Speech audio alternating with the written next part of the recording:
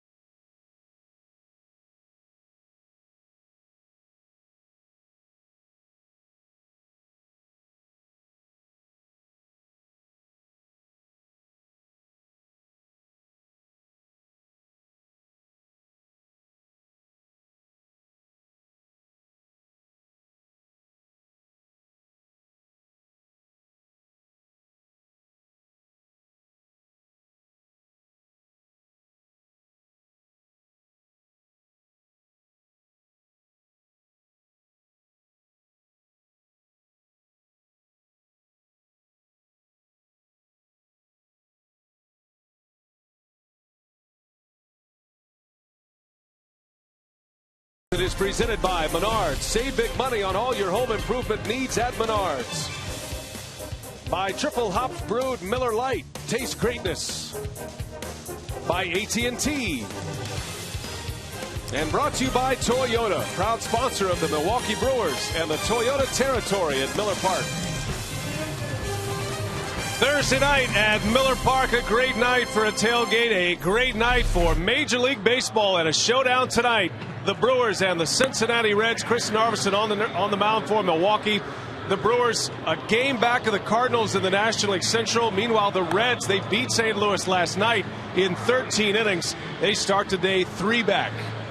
And hi, everybody. We welcome you from Miller Park. Brian Anderson along with Bill Schroeder. Great to have you with us tonight. It is the first game of a 4-game series between the Brewers and the Reds. And, Rock, this is a showdown series between a couple of teams that have playoff aspirations. The Brewers have not fared very well against their division rival this year. Just one of those things. The Cincinnati Reds have a lot of confidence, whether it be at Miller Park or in Cincinnati. It's just they win a lot of different ways. They have a lot of come-from-behind wins against the Brewers. As a matter of fact, we got 24 come-from-behind wins for the season. That's over half of their runs. But it seems as though even if the Brewers get a big lead Cincinnati has a lot of confidence. They've got a very good bullpen that keeps the offense for the Brewers down, and that allows them to get going. And Chris Narveson needs a little bit of a turnaround. He got beat up a little bit in his last time out against the Minnesota Twins. He gave up 14 base hits. First time he's given up double digits in hits. But Narveson coming off a very good month of June. Hopefully he's going to be able to turn things around here tonight. Well, Milwaukee got a dramatic win yesterday afternoon. Casey McGee's big home run and a victory as they head into this series. Central Showdown.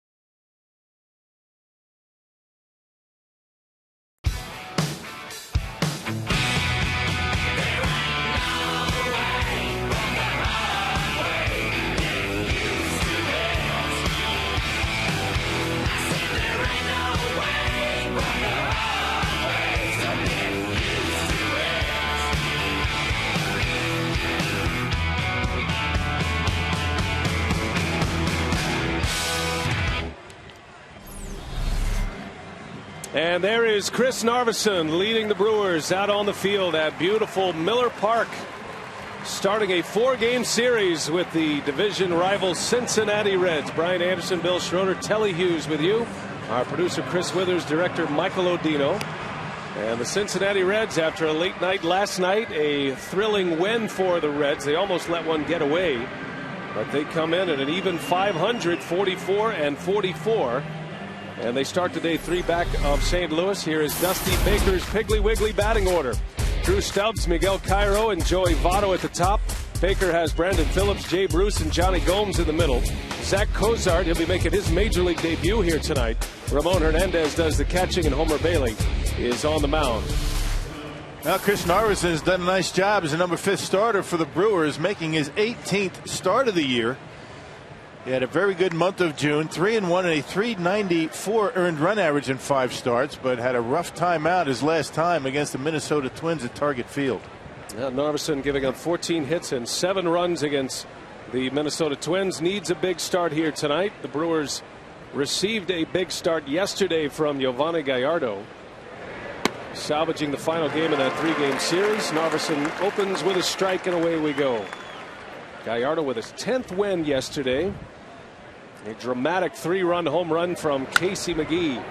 The difference in that game is Stubbs goes into right, Corey Hart under it, and that's how Chris Narveson's night begins. Blaine's Farm and Fleet defense. Mark Kotze starting for Braun at left, Niger Morgan, then Corey Hart. The infield is McGee, Betancourt, Weeks, and Fielder. And Jonathan Lucroy does the catching again tonight.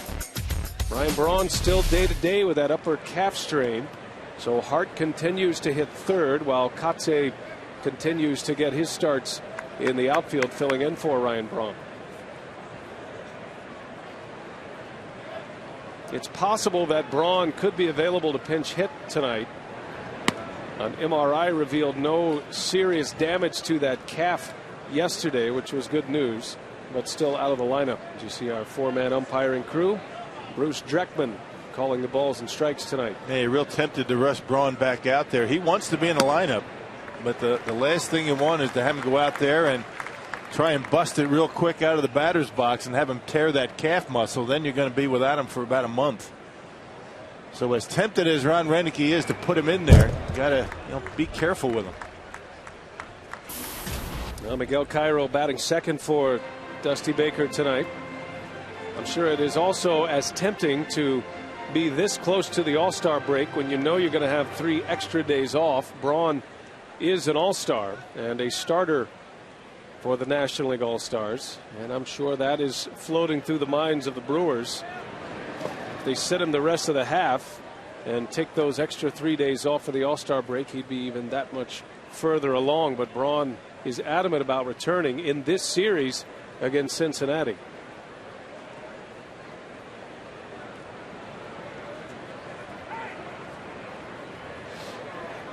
Well, last night the Reds blew an 8-0 lead in St. Louis. They led 8-0 going into the bottom of the 6th inning. Could not hang on. Normally their bullpen is their strength, but they gave it up. Cardinals tied it with a John Jay homer in the 9th, and they went 13 innings, and Dusty Baker used every pitcher in his bullpen last night. Now Chris Narveson with 2 quick outs. We hear from pitching coach Rick Kranitz on the keys to his success tonight. His changeup's a big pitch for him, and I think what he's done is he's tried to establish it early, along with his fastball, because those are 2 pitches that are real quality pitches for him. What I'd like to see him do is I'd like to see him throw it against the left-handers. I think he needs to throw it against Votto, and I think he needs to throw it against Bruce. That's something that he really has not done against them, and I think that's such a good weapon for him. I think that'll help him because they've had some success against him. Man, they both have had a ton of success against Chris Narveson, both Joey Votto and Jay Bruce, and that changeup is a big pitch for Narveson against right-handed batters. Not as willing to throw it against lefties. We'll see what he does tonight. Well, he just dropped a changeup in there for strike 1 against Votto. Joey Votto coming in batting .317. He is 5th in the National League in hitting. Leads the league in walks as well, and on base percentage. And against left-handed pitching this year, hitting .360. He stays on the baseball as well as any hitter in all of baseball. Hits left-handers very well because he's very good at going to the opposite field. Ball and 2 strikes. And a swing and a miss. Got him with a curveball. Votto strikes out. And Narveson off to a 3-up, 3-down beginning here at Miller Park. The Brewers coming to bat against Homer Bailey.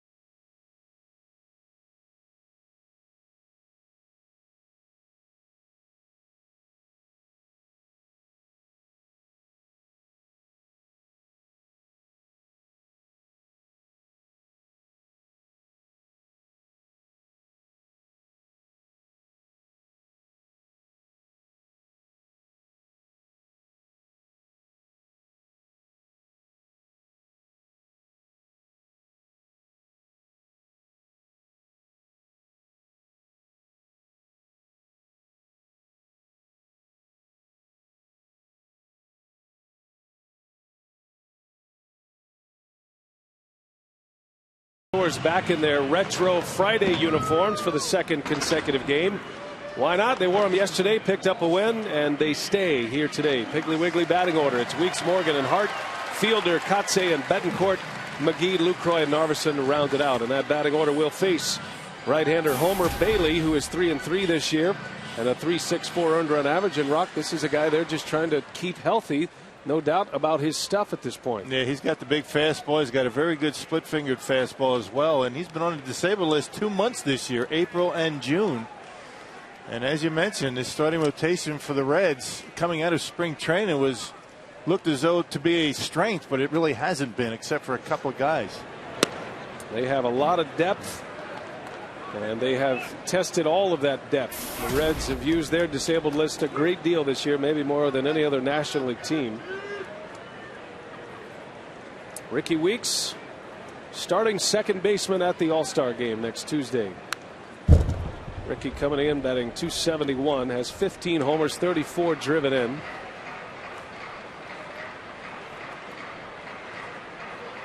Well, you're looking at the most productive two second basemen in all of the National League, and amongst the best in all of baseball right here. Brandon Phillips and Ricky Weeks. Yeah, both are all-stars, and Weeks with a late surge of voting, passing Brandon Phillips as the starting second baseman. Weeks will also participate in the Home Run Derby. Prince Fielder, the captain of the National League Home Run Derby squad, and selected his good buddy Weeks. High chopper. Tough play. Here's Cozart, his first play in the big leagues. A good one, but not in time to get Ricky Weeks. Infield hit to get the Brewers started tonight. Yeah, once that ball got over the head of Miguel Cairo, no chance for Cozart. His momentum going toward third base and not able to get enough on the throw. He does a good job just getting a throw off to first base on this ball. You see the way he's going toward the bag at third, and a good pick by Votto to keep Ricky at first base. Got some good range, a decent arm, but that a near impossible play. Well, Ricky had to step on it a notch to beat that out. Good play over there from Cozart, showing a lot of range. And here's Morgan, squares to bunt, takes a ball. Nigel Morgan back of the 2-hole. Hitting .333 to start play today. Has 48 hits in 144 at-bats. Morgan with 3 home runs, 17 runs batted in. He's been able to keep that on-base percentage up this year, which is so important, hitting at the top of the order in those first 2 spots. Good eye at the plate, able to fight off some tough pitches, doesn't strike out a whole lot, and uses left field very well. Not afraid to hit with 2 strikes. That allows Ricky to steal a base if he wants. Morgan squares again, takes ball 2 from Bailey. Niger has a modest hit streak going at 5 games. Has 8 hits over the last 5 games, including a home run. Had the 4 RBI game against the Minnesota Twins. So you can say he's driven in 4 runs in the last 5 games. Those all came in 1 game on Saturday night. Bouncing ball. Votto steps on the bag, throw to second, and the tag in time for the out. And a nifty double play turned by the Reds. Yeah, the Reds, tied for the best defense in all of the National League. They've only committed 43 errors this year. And the same amount as the Phillies, and you can't ask for an easier double play. A good off-balance throw by Joey Votto right on the money to Cozart for the double play. Got to tag him once Votto stepped on the bag at first. Our Home Depot doing more on defense. Speaking of that Reds defense, you got Gomes, Stubbs, and Bruce in the outfield. Cairo, Cozart, Phillips, and Votto go around the horn. And the catcher is Ramon Hernandez. Well, Scott Rowland not in the starting lineup tonight. Cairo mans third base, and you figure both Cairo and Scott Rowland able to help the young shortstop out, Cozart, who figures to get most of the playing time over a pretty good stretch. They want to find out if he is ready to be a big leaguer, Zach Cozart. Paul Giannis just not able to get things going offensively, hitting about .230. You know, Giannis, a pretty good defender, but they're going to give the young kid an opportunity, see what he can do. Cozart's just 25 years of age.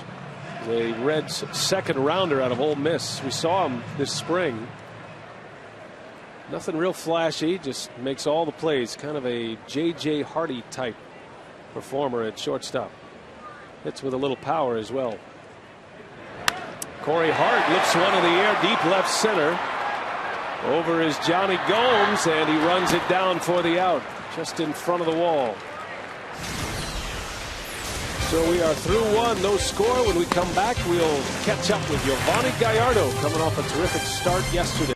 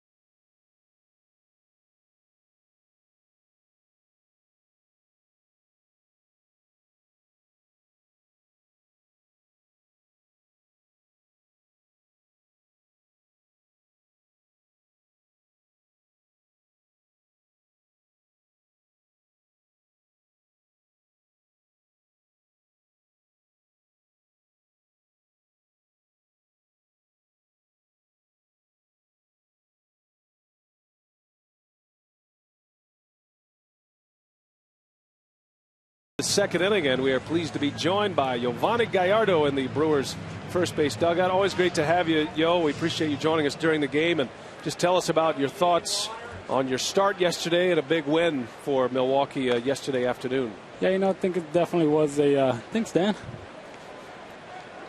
It was a big win for us yesterday. You know, it's obviously, you know, the past week, a lot of tough games, but you know, it showed up yesterday. You know, I stayed out there as long as I could. You know, I gave up that early home run there in the first inning and give the guys a chance to come back and, you know, score some runs. No, you guys got to feel good about where you are. You know, right now, you haven't been playing all that great or winning some ball games lately, but getting through that tough interleague schedule, Yankees, Boston, Tampa, you know, Minnesota, you got to feel good where you're at as far as, you know, being able to get to the postseason in the second half. Yeah, I mean, of course, you know, just like you said, it obviously wasn't an easy road trip for us there, that last one, you know, going to New York and then Minnesota. But, you know, we got a very competitive team here. You know, it just shows the kind of team we have in this clubhouse, and we're all very excited and, you know, looking forward to the second half. Yeah, tell us about the decision to go with the Retros yesterday. Of course, that's the starting pitcher's call. Worked yesterday, and you got him on today. Yeah, well, you know, it's like I said, I mean, I actually asked Tony,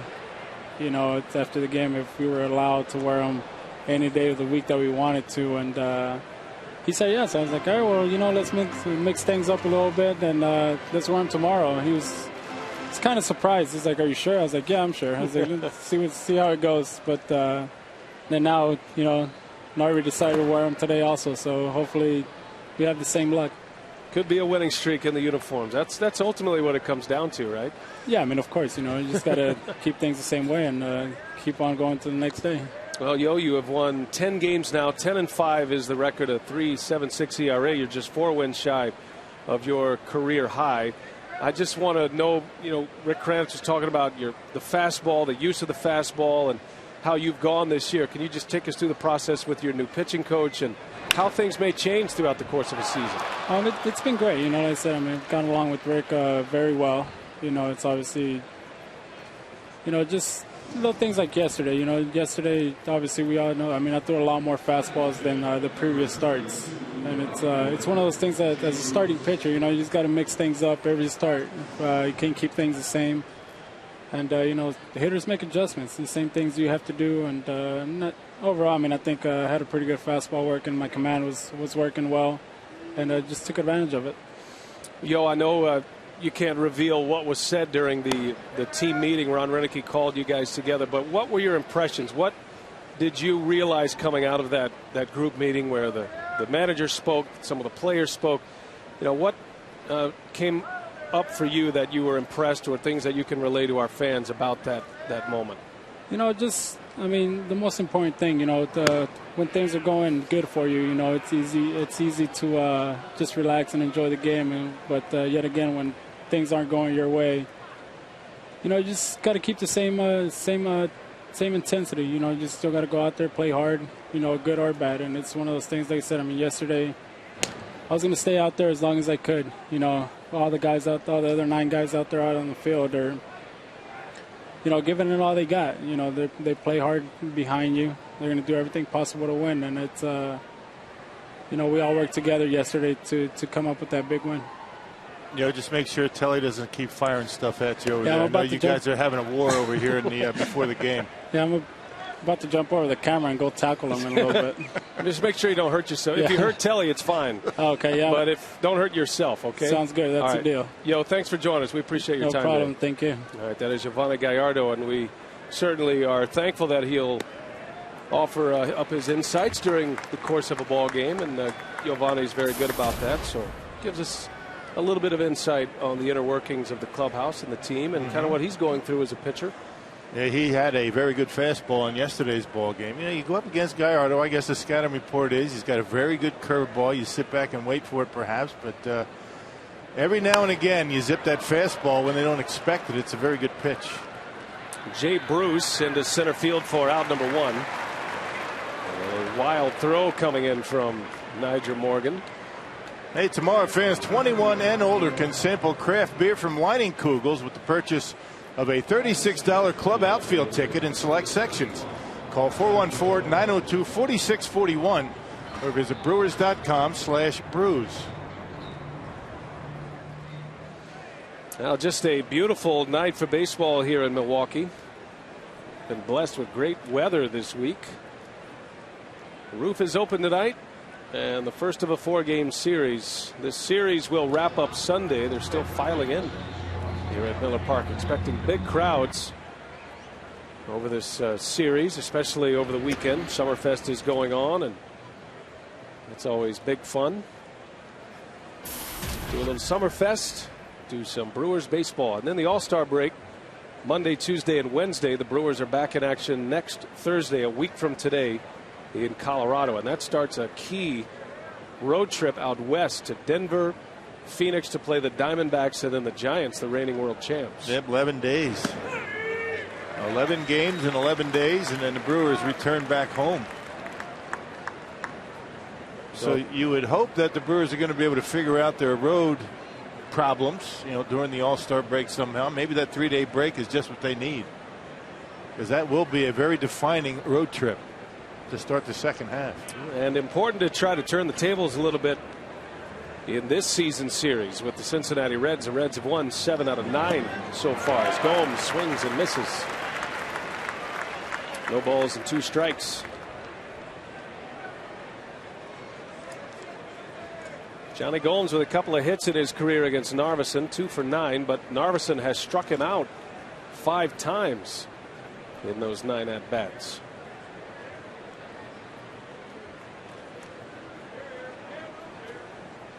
Brewers looking for a ground ball. Phillips picked off, and now Phillips in a rundown. Weeks will chase him back, and the ball is dropped, and Phillips gets back.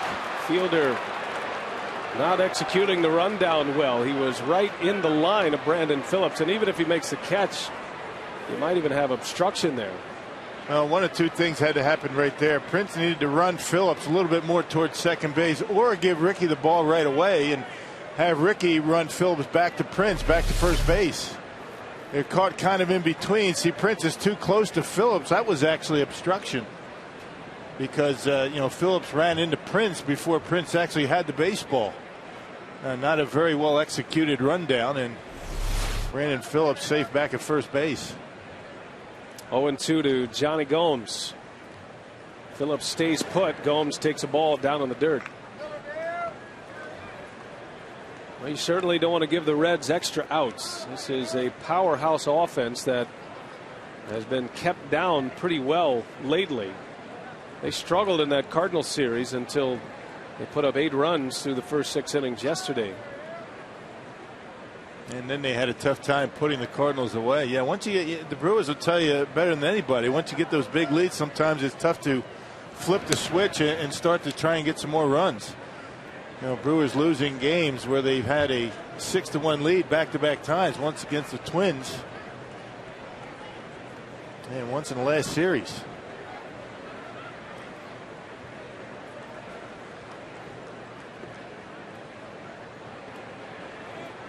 One ball, 2 strikes, another pickoff. Fielder to second, throws it away.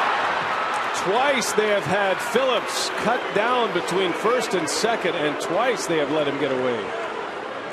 That'll be a stolen base for Brandon Phillips. No error. Well, a good throw certainly is going to be able to get Phillips easily at second base. And we'll see what they do. Watch Prince. Not much of a crow hop toward the infield side and to clear Phillips. Let's see about the throw. The throw went on the other side of Phillips, and Ricky with really no chance at it. They have not posted an error, so I guess it's going to be a stolen base. Stolen base number 6 for Phillips. Now he's at second. Gomes swings and misses. Down he goes on strikes. Second strikeout for Chris Narveson. That changeup is a very good pitch to and particularly good pitch to a big-time fastball hitter. And that's what Johnny Gomes is. He's geared for the fastball. He's ready to swing at the fastball every pitch. And by the way, they do have an official score on that play by Phillips that will go as a caught stealing and an E3. So no stolen base for Phillips. Fielder gets the error, his 9th of the year. Here is Zach Cozart, his first big league at bat. See his numbers down in AAA Louisville, hitting .310 down there. He was an International League All-Star at AAA in 77 games with 7 homers, 32 driven in.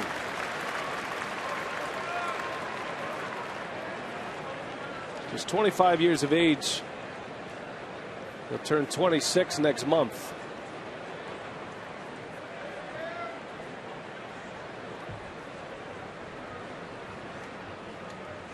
No balls, 2 strikes. And that skips away from Lucroy. Over to third goes Phillips. Well, you have a guy up from the minor leagues, and right away you see if he can hit your best pitch. A couple of change-ups by Narveson. Man, that one down in the dirt got through Lucroy. So a wild pitch allows Phillips to advance to third.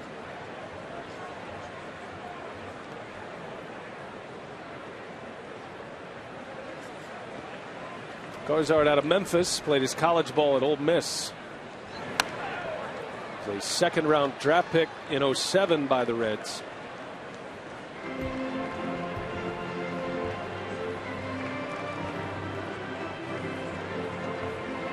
Cozart has his parents here for his debut. Dusty Baker and the Reds making the change last night. Those are the Cozarts. They don't look very relaxed, do they? It's a pretty anxious moment as he takes a ball high and outside. Families are always a lot more tense than the players.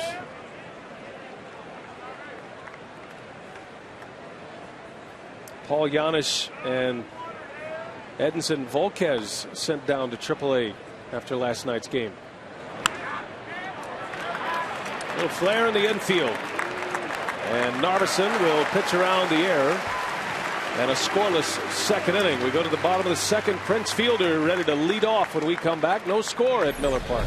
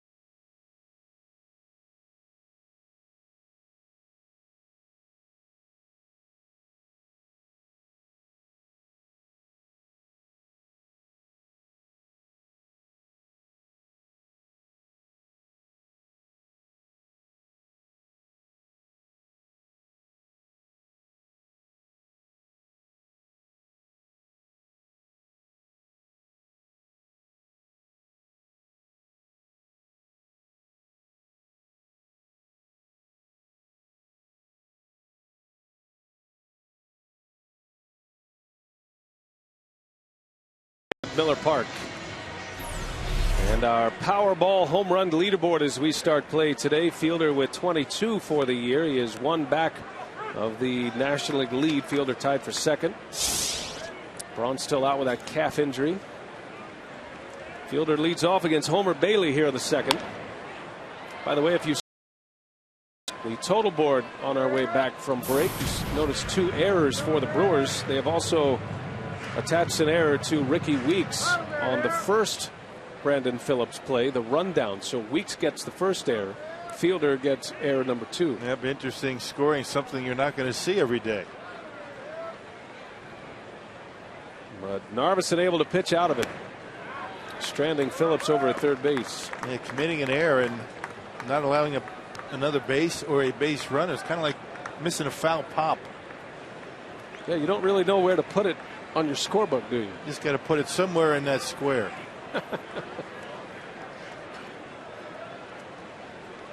All-star Prince Fielder against Homer Bailey, and he rips one fair down the line. That is going to go to the wall. Fielder on his way to second, and it is a leadoff double for Prince Fielder here in the second inning.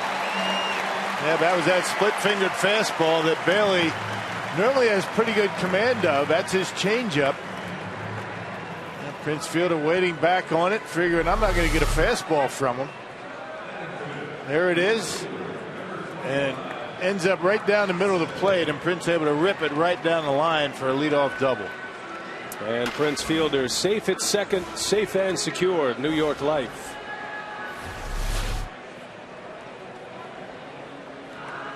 A base runner in scoring position to start this second inning. Here is Mark Kotsay. Kotsay had a big hit yesterday against a tough left-hander. And a bouncer over to second. That'll get Fielder to third. Productive out for Kotsay. One gone in the inning. Fielder ends up 90 feet away.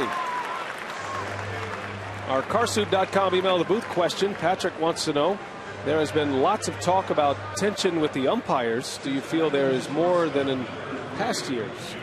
I don't think so. I think that, there are certain umpires that are going to give players a little bit more leeway than others. I don't think you can really say that as a general rule about umpires, but there are certain umpires that I think that have a very short fuse, if you will.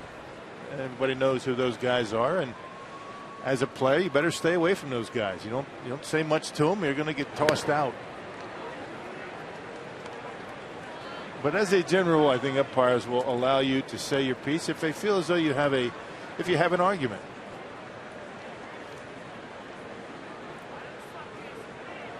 A 4-man umpiring crew tonight. The crew chief is Gary Darling, the third base umpire. As Betancourt lifts one to right, that should be deep enough. Bruce has a great arm. He winds it up. Here comes Fielder. Here comes a throw. Prince is in there. Yeah, that's some kind of arm, isn't it? Wow. Sacrifice fly and an RBI for Betancourt, and the Brewers have a 1-0 lead. That was medium to medium deep in right field, and Jay Bruce gets his good momentum going toward home plate and gets off a very good throw, and Prince Fielder had to hustle into home plate. This play a lot closer than it should have been with most outfielders in right field. Look how deep he is, and look at this arm. A short hop into home plate from there, right on the money. Yeah, made it close. Fielder huffing and puffing. Casey McGee takes a strike. By the way, that sacrifice fly for Betancourt, his 7th of the year. He is the National League leader in that category. 2 outs, a run is in, and McGee, yesterday's star, stepping in to hit. Quickly down 0-2 on Bailey. What a moment here at Miller Park yesterday. The Brewers down 1-0. Bottom of the 7th inning. McGee stepped up, delivered a 3-run home run to give him the lead. And Casey adding to his Powerball home run count, number 5 yesterday. Sam Demo gave it up. The Brewers with a couple of hits to put him in that spot for the pinch hit dramatics. There's a little flare. Shallow right field. And sliding is Bruce. He's got it for the out. Nice catch, Jay Bruce. And the inning is over. But the Brewers get a run. A sac fly from Betancourt. The Brewers do a nice job advancing the runner.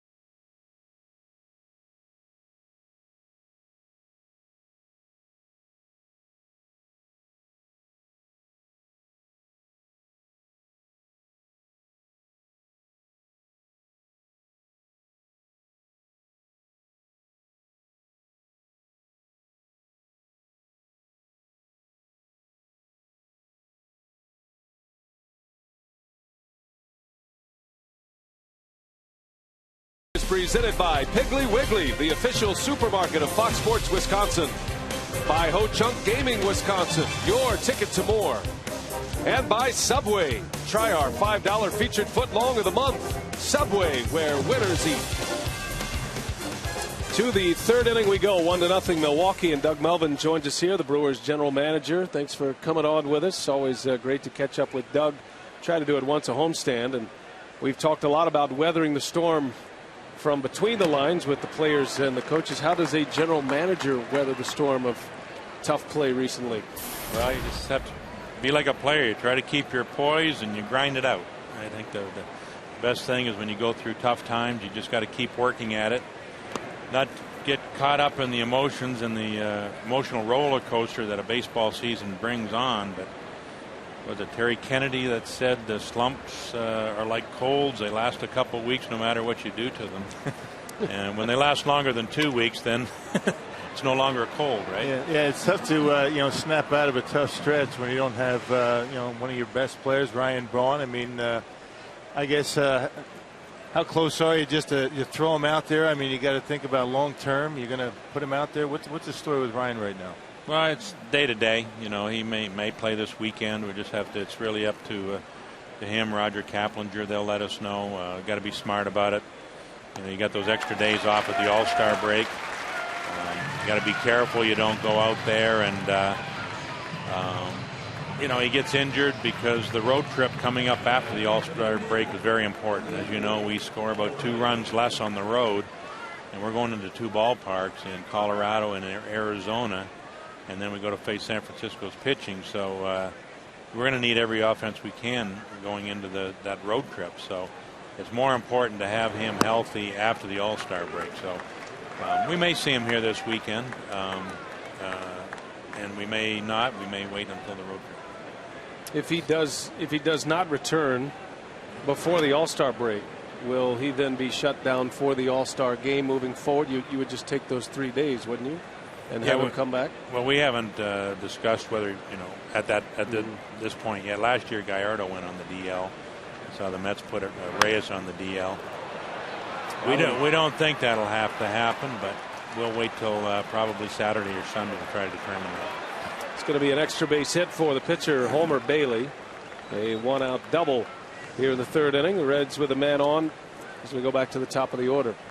The one thing we don't want to do is have him, if he plays in the All-Star game and aggravates it, then we found out recently that those back dates, the 8 days that he's missed up to the All-Star break, you'd eliminate those days and you'd have to start out from day 1 through 15. Oh, is that right? So the All-Star game counts. The All-Star game counts. Wow. As I posed that to Gordash yesterday to find out, and no one knew. We called the commissioner's office, and we did get the answer after they got some people together and talked about it and discussed it. So we were told that would count as a game.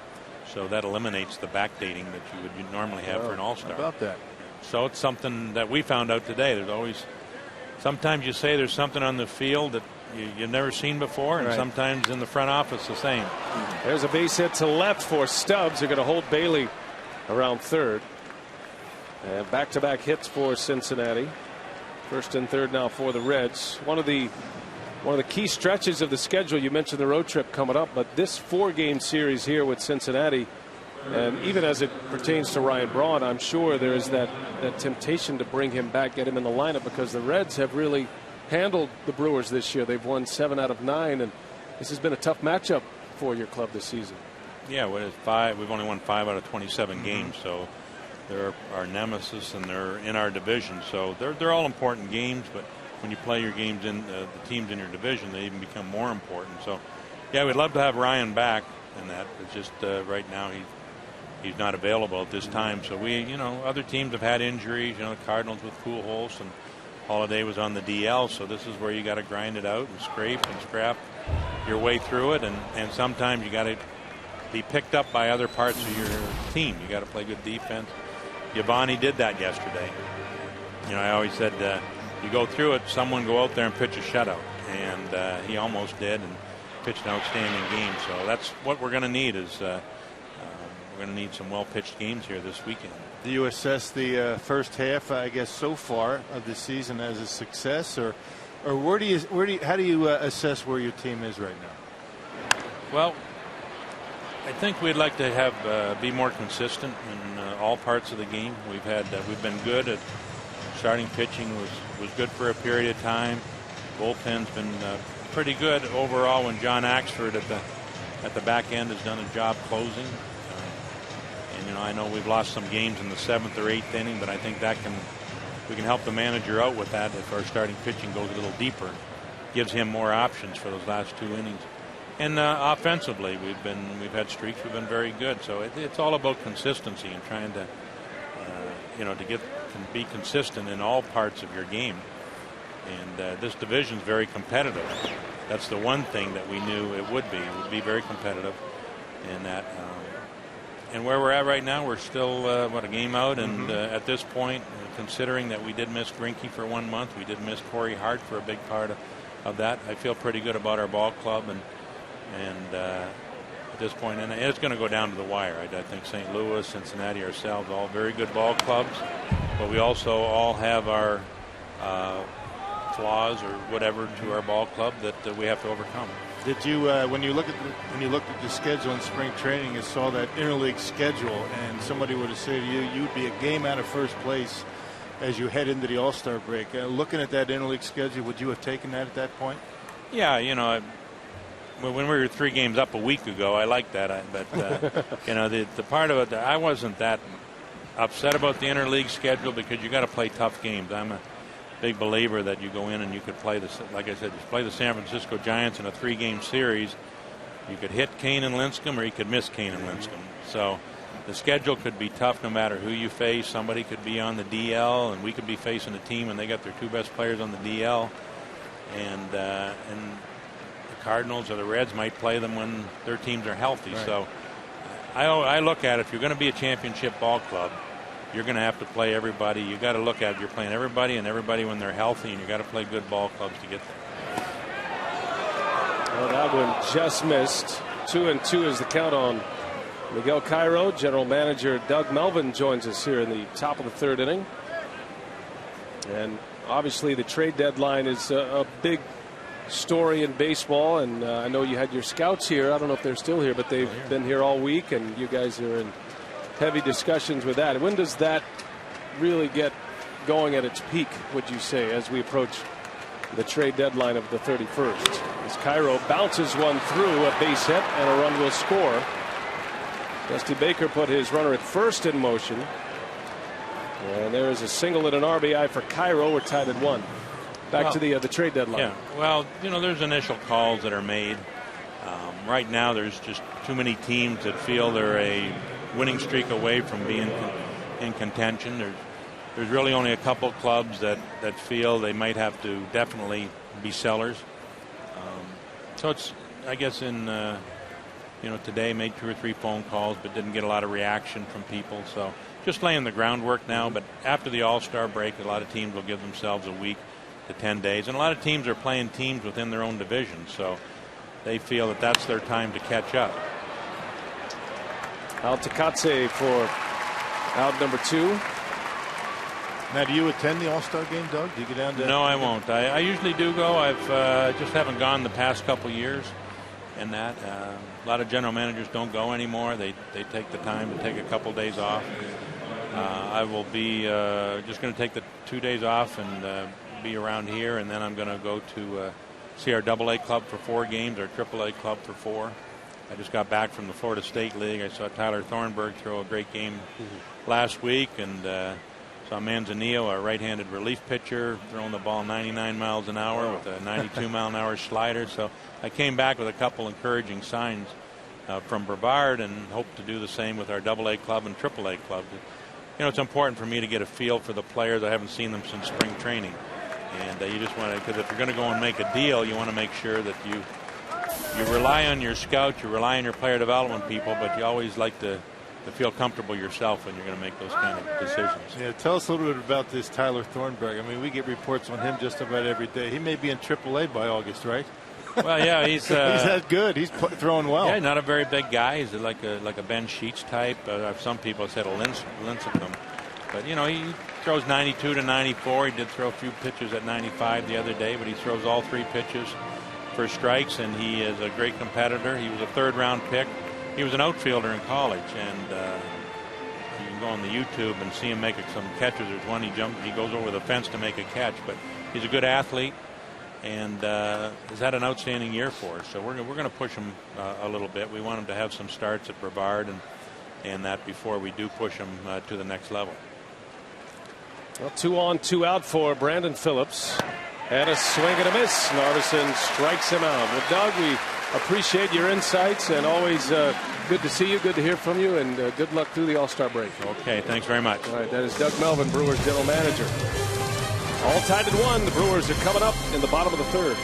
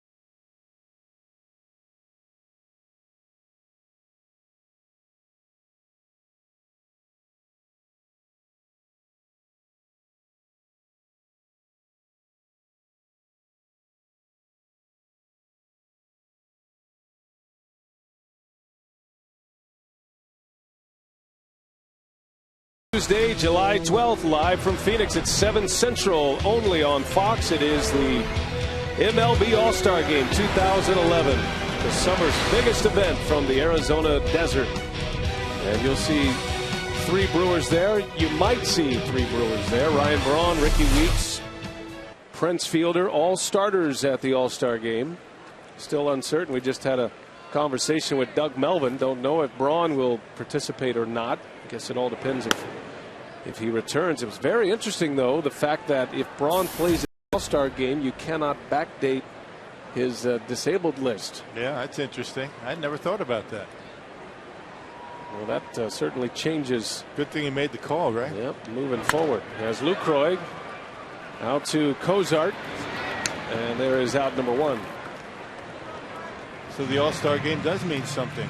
Everybody thought it didn't mean anything. It was an exhibition. Actually, it is a game when you can get right down to it. You do that retroactive to a certain date. Last time Bronny played was last Saturday. So if he gets hurt in the All-Star game, the Brewers are going to miss him for a while. Yeah, they'd have to go at least 2 weeks from that point, as opposed to at this moment, if they wanted to backdate. You can do a disabled list to the last game he played, as Rock mentioned, and as we get to the All-Star break, that'll be day 8. So, you could have him miss maybe 7 more days, and then he'd be eligible if you decided to place him on the disabled list. That's if he had a setback. I think the Brewers are confident that Braun is healing well, and the MRI that showed no structural damage or no tears in that calf was certainly good news for the Brewers yesterday. So I think there's a lot of encouragement where he's headed with his injury.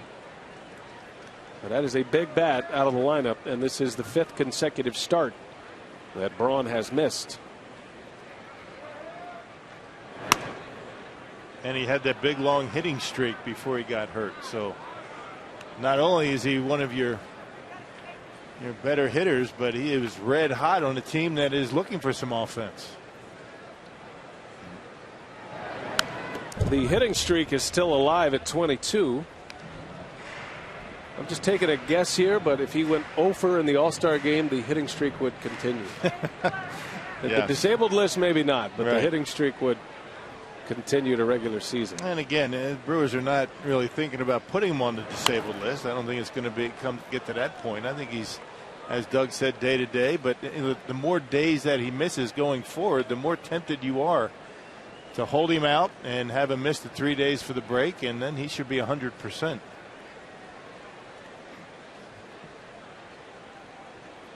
Well, we appreciate the general manager coming up, telling us what is on his plate.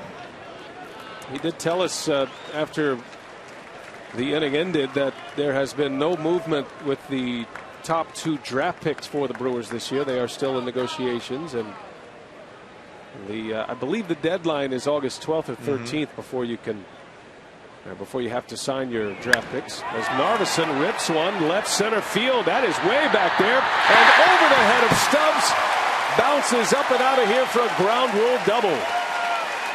Chris Narveson returns the favor to Homer Bailey.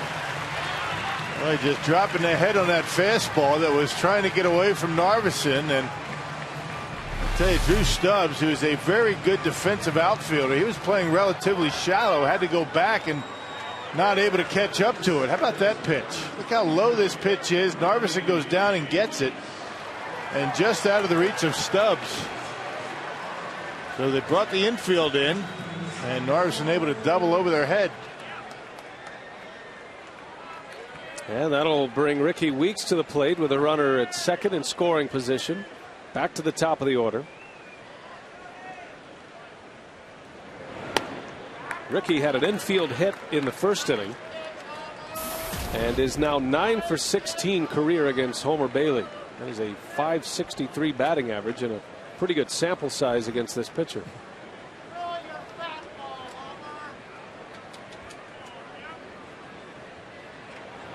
And you're not going to find too many Brewers that have had a lot of success.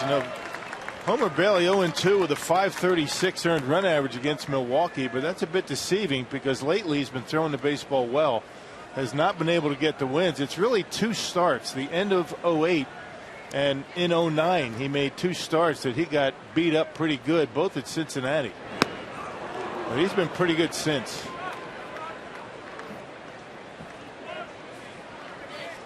Bailey's last start against Milwaukee, there was a blown save for the Reds in that game. That was last October. Went 5 innings, gave up just 1 run.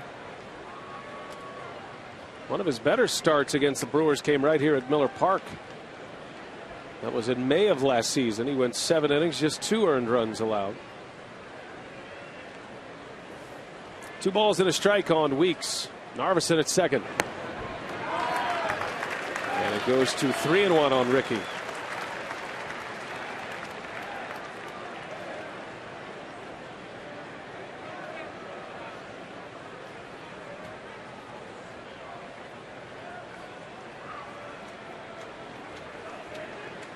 Ricky Weeks playing the role of run producer here with a runner at second. In a hitter's count at 3-1. And he lays off. Bailey walks him. 2 on now for Nigel Morgan. 2 on with just 1 out. Hey, spend the night under our roof on August 20th as Kemp's presents Field of Sweet Dreams. Tickets go on sale July 12th at 10 a.m. Visit brewers.com/sweet dreams or call 414-902-4424 for details.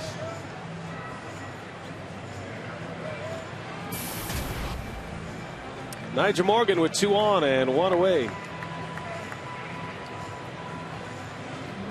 And a visit to the mound by Hernandez. The starting rotation for the Reds is a little bit in flux right now. Edinson Volquez was scheduled to pitch Sunday. He was sent down to AAA after last night's game. There's been some talk that Dontrell Willis might return to the big leagues and might start that game Sunday. Yeah, we saw Dontrell Willis with the Reds in spring training. That would be interesting. Well, he sent Volquez down, and right now Carlos Fisher back from the minor leagues. He's a right-handed relief pitcher that they say that can eat up some innings, so he's a long reliever. And coming off a game last night where the Reds used all of their relievers, they needed some insurance for multiple innings. And certainly the Brewers know that. They understand the scenario, and they would love nothing more than to put the pressure on Homer Bailey and make it a short start for him tonight. Get back into that Cincinnati bullpen. Reds were on cruise control last night. Had an 8-0 lead going into the bottom of the 6th. They let it get away. Finally winning over the Cardinals in 13 innings. Bouncing ball. Cozart flips it to Phillips. The barehanded catch and throw, not in time. Morgan beats it out. Keeps the inning alive for Corey Hart. Weeks is cut down at second, and that is the second out. Yeah, Brendan Phillips is nothing if not flamboyant out there at second base. Check it out. Yeah, barehanded, and you can see how quickly Ricky gets down there. Phillips knows that. He makes the throw and gets out of the way. Not able to get much on the throw. Boy, Ricky coming in there like a freight train and disrupting the timing of that double play. Look out. First and third, 2 away. Here is Corey Hart.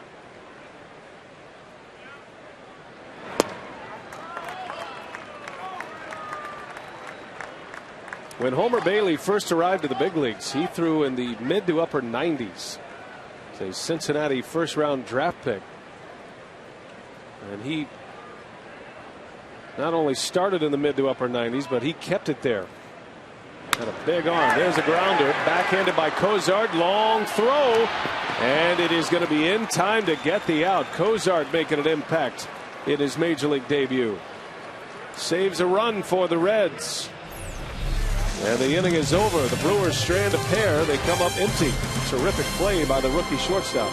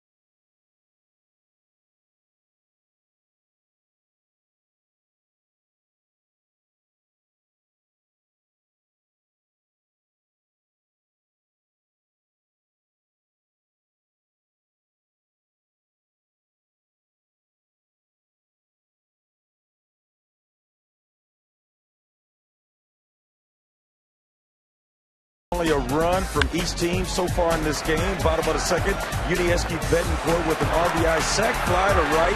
Prince will come in to score to put the Crew on the board first. But in the top of the third is Miguel Cairo with an RBI single to make it a 1-1 game. And that's where we stand here in the top of the fourth inning. And BA, you and Rock talked about different scenarios for Ryan Braun and when he could possibly return. And talking to Ron Renicky before today's game, he said he had a conversation with Jerry Naring, and they said they would like Bronny to actually get healthy before the All-Star game, and they would like to see him participate in that All-Star game because A, it gives him a couple of at-bats, and B, if he doesn't get healthy by the All-Star game, by the time he returns, that means that would be 11 full days with no baseball activity. So they want Ryan Braun to get healthy for more than a couple reasons. Yeah, that's a good point, actually. You think about the long stretch without games for Braun, and then you would come back, and let's say he's back tomorrow, he'd play 3, and then he'd be down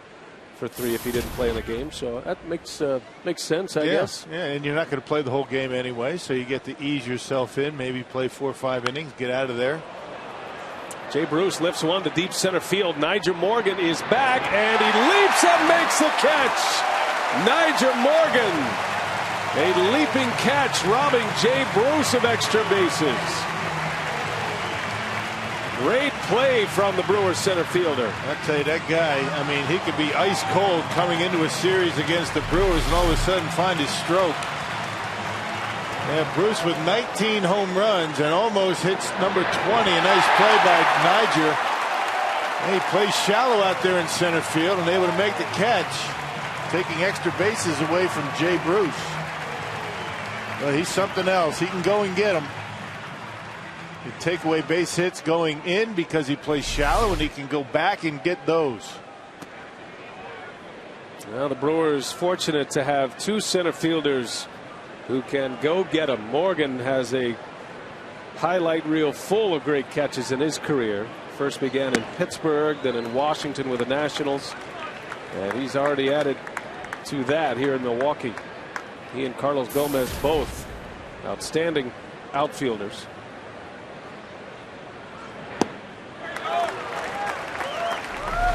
Anytime he can play shallow, you can see where Nyjer's starting. Even for a big power hitter, he's relatively shallow, able to go back, take his eye off the baseball, turn back around and pick it up and know exactly where that ball's going to come down. That is a special talent. Takes a lot of practice. A run to the spot. Instinctive. That's what that is.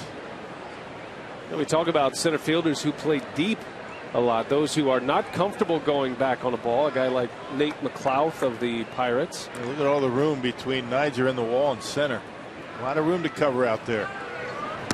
Swing and a miss. Johnny Gomes down on strikes. And Chris Narveson, for the second time striking out Johnny Gomes, gives him 5 for the game. That's exactly where you want that curveball. Down around the shoot tops with 2 strikes. Has a much better changeup tonight and a very good curveball. He's got a couple of outs on the curveball so far.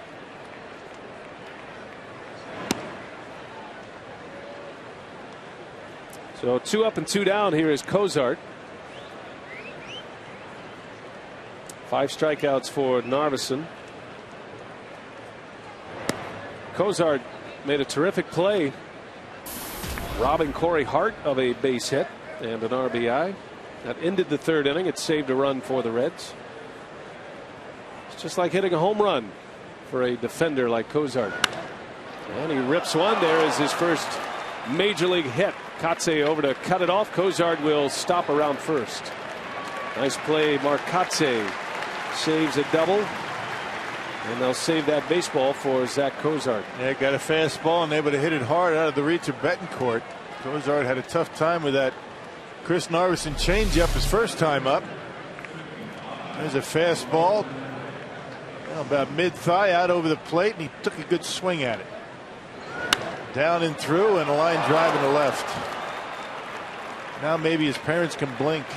They've been very anxious. I don't know, Pops. He's not all that impressed. Dad, he got a hit. Come on, relax. No, he's excited inside. You know, after you've been married a while, you know, it's got a little yin and yang thing. You know, you got to balance out. Right. Okay. Looks like Mama Cozart, she's the emotional one in the bunch. I'm a little concerned about Dad's eyes. They're going to dry out. Yeah.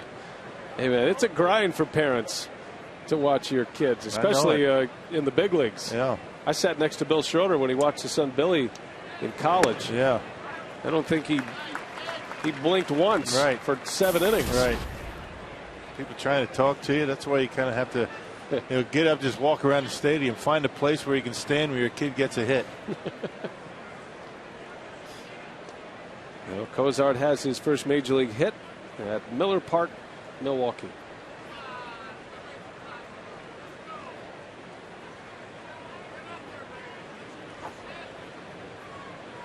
Probably going to see a lot of Cozart in this series. There's a little flare. That's going to fall. Hernandez shoots that into right center. Hart able to cut it off. Cozart is going to try to score. Here comes a throw from Weeks. The tag late. Cozart scores. The throw was off the mark. I think the Reds surprised the Brewers that they sent the runner. You bet they did.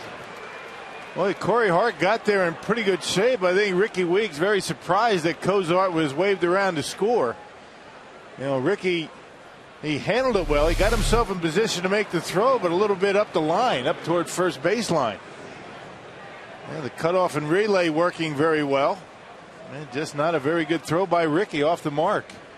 That's some aggressive base running by the Reds. Look at the throw. Now Lucroy up the line toward the foul side of the plate, and not even close. Well, you could understand why Mark Berry, the third base coach, would take that chance with the pitcher coming up. And the Reds steal one from the Brewers. That typically is not a hit that is going to be able to score a runner from first base. And normally that ball's got to get to the wall for a man from first base to score on that. Cozart can run a little bit. He got around the bases in pretty good shape. Now the head first slide, able to get the hand in there before Lucroy able to dive back and tag him out. Yeah, no doubt about sending him, and he makes it easily. A good call behind home plate by Bruce Dreckman. Mom still impressed. Dad, not so much. And a swing and a miss. A ball and 2 strikes.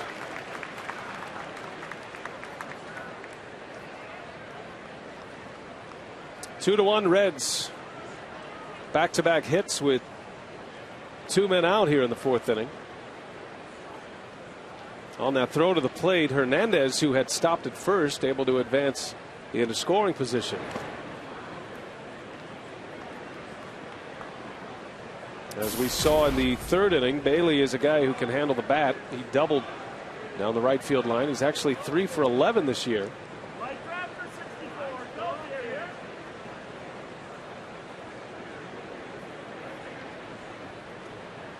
2 balls, 2 strikes. And Bailey down the right field line. Hart was positioned there, and he makes a catch. The Brewers learned their lesson the first time around. Inning is over, but the Reds score. Could have been a whole lot worse if not for this great catch by Nyjer Morgan to start the inning.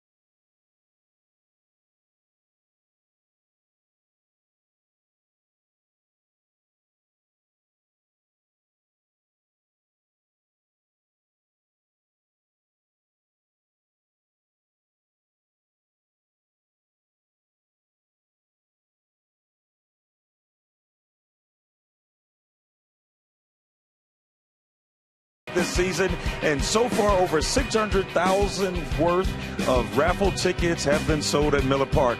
The largest pots to date include $14,112 on opening day and $13,861 in June.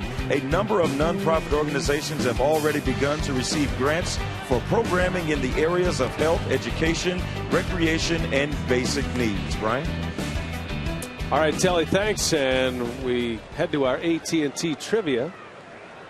The question tonight, which city has hosted more All-Star games, Cincinnati or Milwaukee? Good question. Last All-Star game here in Milwaukee in '02. Reminiscing about that just last week. The home run derby here at Miller Park with the roof closed and the heat up. You figure it's going to be hot in Arizona. They'll have the roof closed in Phoenix for the home run derby, but Fielder was talking about the heat and the dry air and the fact that the ball travels so well. That's going to be a lot of fun to see how far those guys can hit them in Phoenix. I think Prince is just about done talking about the home run derby, though. His club is struggling and still getting, the random questions here or there, but I think he's ready to be done with that. Well, you get maybe a 2 or 3 day grace period with Prince, and then back to business. I got that set to BP today. Right. There's always, a couple of stragglers who come in. Maybe they haven't been with a team, and you get that question. Hey, Prince, tell me about the All-Star game. After he's had enough. 1-2, and Fielder takes one down and in.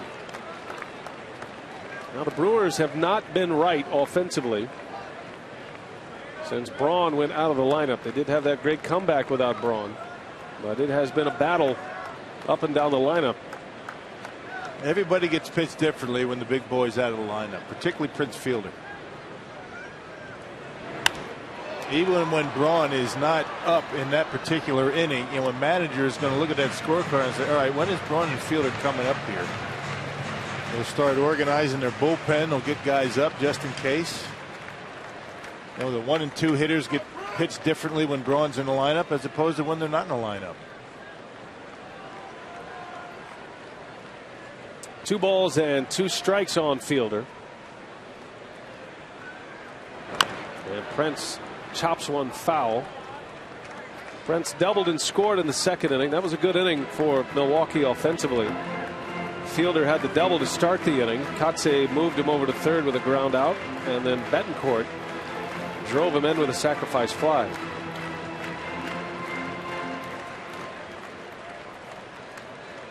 Bailey has given up just 1 run on 3 hits thus far.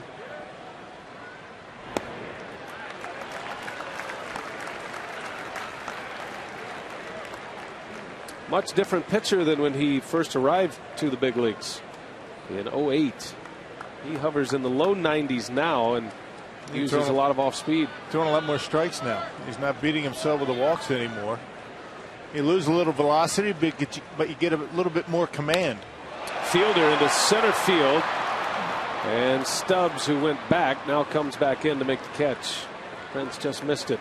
Hey, students, come out for Time Warner Cable's Student Night at Miller Park tomorrow night as your Brewers take on the Cincinnati Reds at 7:10 p.m. High school and college students can purchase $10 Terrace Reserve tickets for the game when showing your current student ID at the Miller Park box office. Good crowd tonight on a Thursday night. Still some tickets available for tomorrow's game, but expecting big crowds tomorrow, Saturday, and Sunday. But we've got room for you. Hope you'll make plans to join us here at Miller Park before the All-Star break and that long road trip. Kotze with 1 away.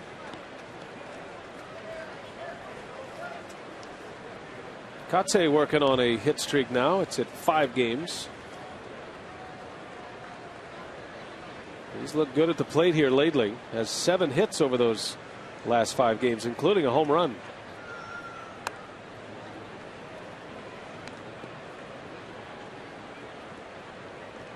Kotsay with 3 hits on this homestand. He's 3 for 8.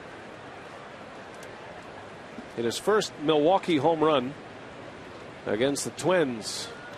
It was on Sunday.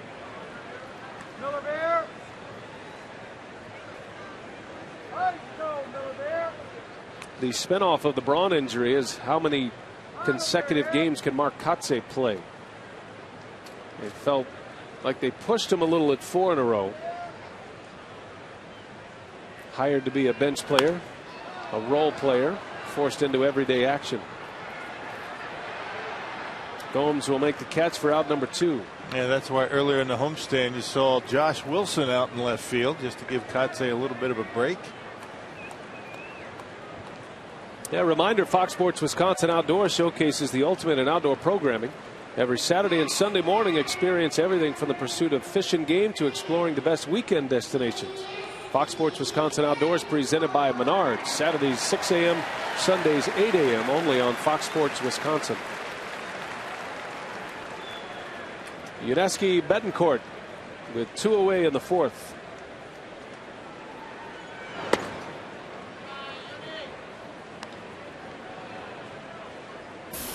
Betancourt drove in the only run for the Crew in the 2nd. On a sac fly, he actually leads the league in that category. That's 7 now.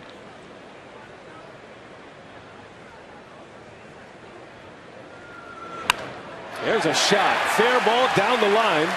It bounces off the sidewall. Betancourt on his way to 2nd with a double. So Uni B with an extra base hit with 2 away. And continues to swing the bat well here at Miller Park. Well, he's able to pick on a fastball that was supposed to be on the outside corner, leaked back over the plate. And Betancourt able to get the bat head out on it and rip it down that line. And good hustle into second base. And the Brewers a base hit away from tying it up.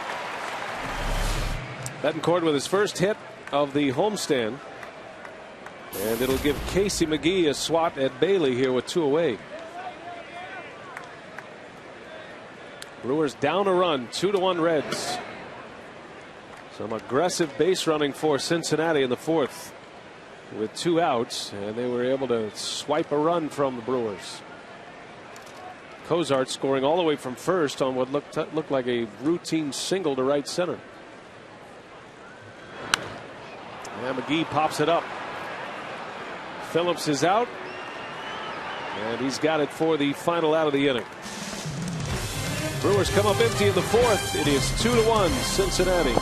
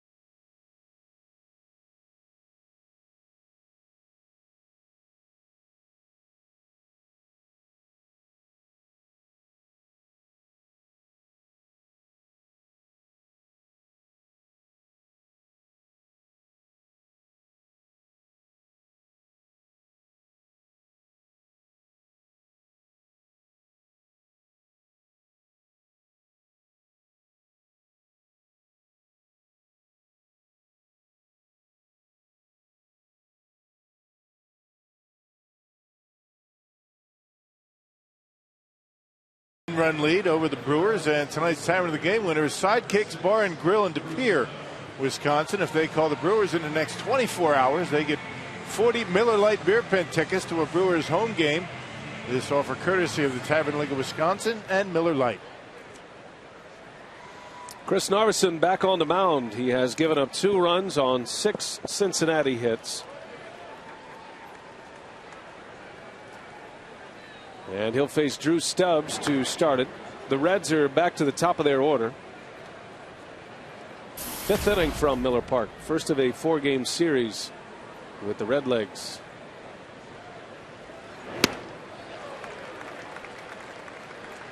I got some sad news today in the world of Major League Baseball. Dick Williams, World Series winning manager. He passed away at age 82. He has had a lot of influence on many in the game, not just managers, but players that have gone on to be managers, as a matter of fact. So that's a big loss for baseball, and a sad day as Dick Williams passes away in the San Diego Padres Hall of Fame. Probably most known for his World Series winning Oakland Athletics teams back in the 70s, a powerhouse Oakland A's. Yeah, good baseball man, and he will surely be missed. Remember, Dick Williams, one of my first spring trainings. Bouncer back to Narveson, and he'll make the play to get Stubbs for out number 1. Did he know your name? He did not. I knew his name, though. That's all that mattered. Did he say, hey, number 84? I said, Mr. Williams, nice to see you. How are you, kid? That would have been with the Brewers, first spring training in Milwaukee. I didn't make the club that year, but I was around, hanging out, learning. Ears open, mouth shut. Yeah.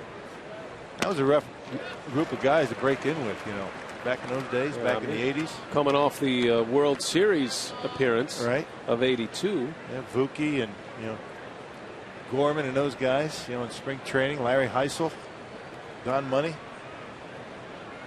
I saw Larry Heisel earlier today. He was at the ballpark, still heavily involved in the Brewers community relations department. Always great to see Larry. Does a nice job as a mentor to young kids in the inner city here in Milwaukee. Good guy. Cairo squares the bunt, drops it foul. And it's a ball and 2 strikes on Miguel Cairo. Back to our AT&T trivia. The question tonight was, which city has hosted more All-Star games, Cincinnati or Milwaukee? The Reds have been around since day 1, remember, the oldest professional baseball team, and the Reds have one more All-Star game over at Crosley Field twice. They had 2 at Riverfront Stadium. And in the National League for the Brewers, 55 and 75, and then, of course, 02. All-Star game began in 1933. First All-Star game. Who will be this year's MVP? Last year was Brian McCann. And a National League win, which earned the Giants home field advantage in the World Series. Maybe that guy. Votto takes a strike.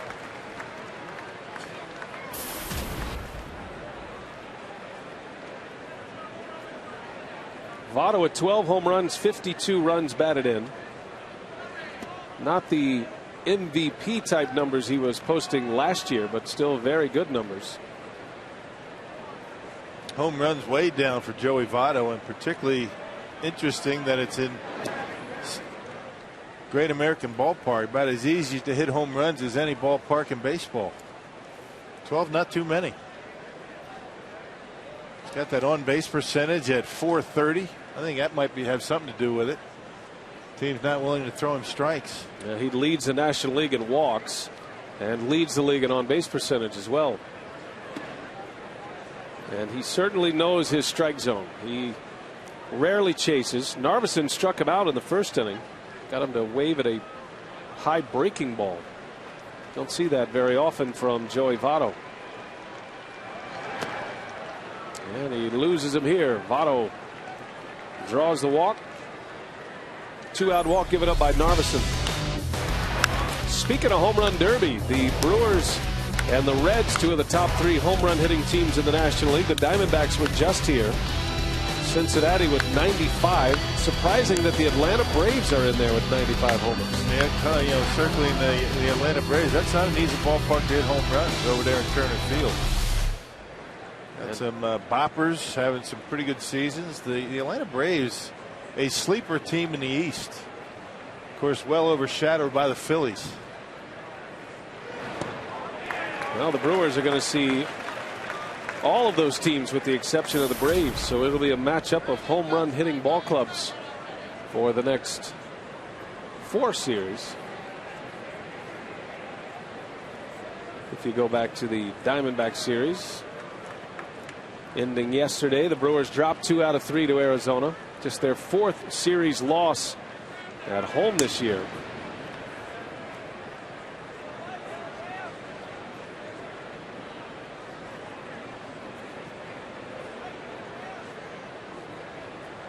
Ron Renicky, knowing the importance of this 4-game set with Cincinnati, a division rival. Overall, the Brewers are a game over 500 against the Central this season. Reds, on the other hand, have handled the Central Division very well. 9 games over 500. 25-16 of the Reds against the teams in their division. Under 500 against the other 2 teams. They played 5 more games against the division than the Brewers at this point. Now Milwaukee with 16 losses in the division. Cincinnati has handed them 7 of those. 0-2 to Phillips with a runner at first. Down in the dirt, Lucroy keeps it in front.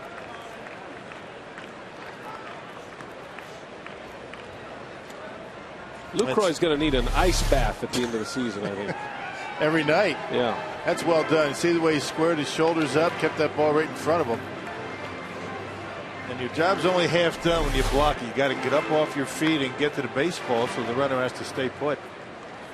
Boy, he's really improved. Not just from last year to this year, but within this season. Right. I mean, his last 6 weeks have been very good. They give a lot of credit to Charlie Green, who handled Lucroy coming up through the minor league system as the catching instructor, and Jerry Narron has Lucroy under his wing this year, the Brewers bench coach, who also handles the catchers. Former big league catcher, the guy that fires short hops right into his chest before the games. Thanks a lot, Jerry. Now I got to go. Now I got a game to catch. You'll thank me later. 1-2 to Phillips. On the ground, Betancourt will take the out at second. Side retired. Scoreless inning for Narveson. 4.5 in the books. The Brewers trail by a run.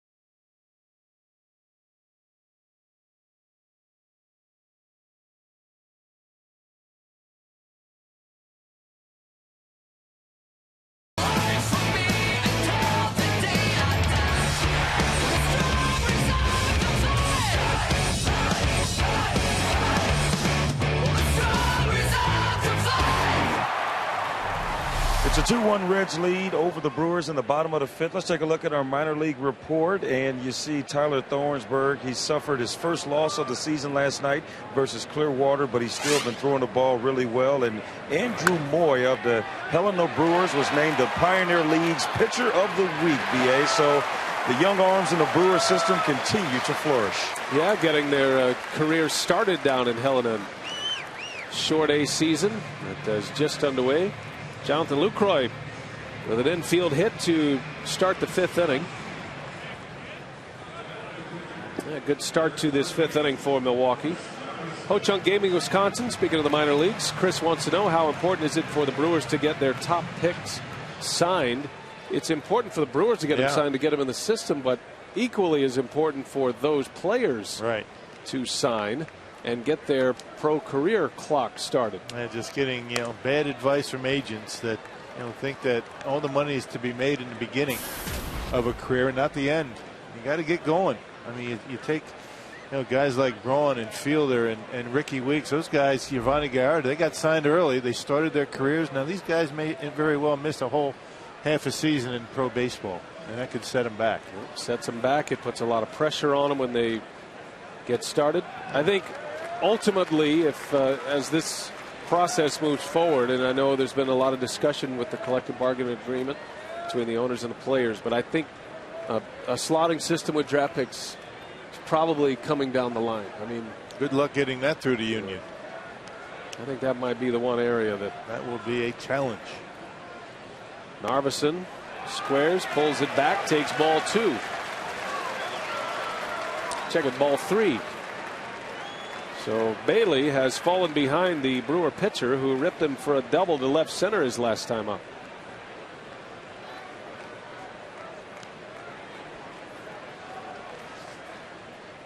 And it's ball 4. He walked him on 4 straight. Bailey wants to do baseball. That one didn't have any strikes in it.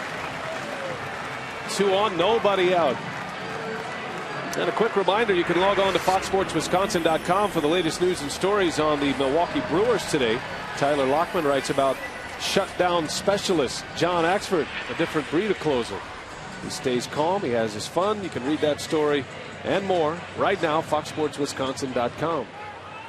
Any closer in baseball throwing better than Axford right now? I'm not sure. Maybe none better. A few as good, perhaps, but Axford has been impressive. Locked down. 19 consecutive saves for Axford. As Weeks rifles one deep center field. It's got a chance, and it is up and out of here.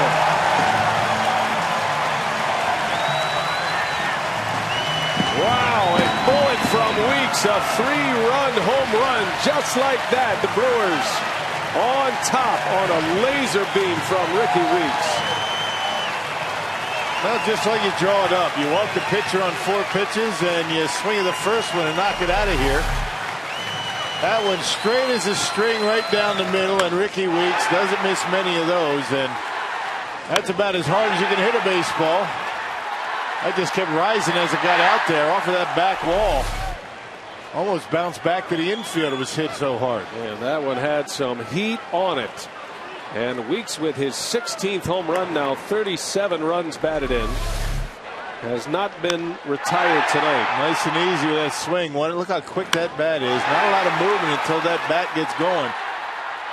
And bingo. Wow. Boy, that is a big boy home run right there.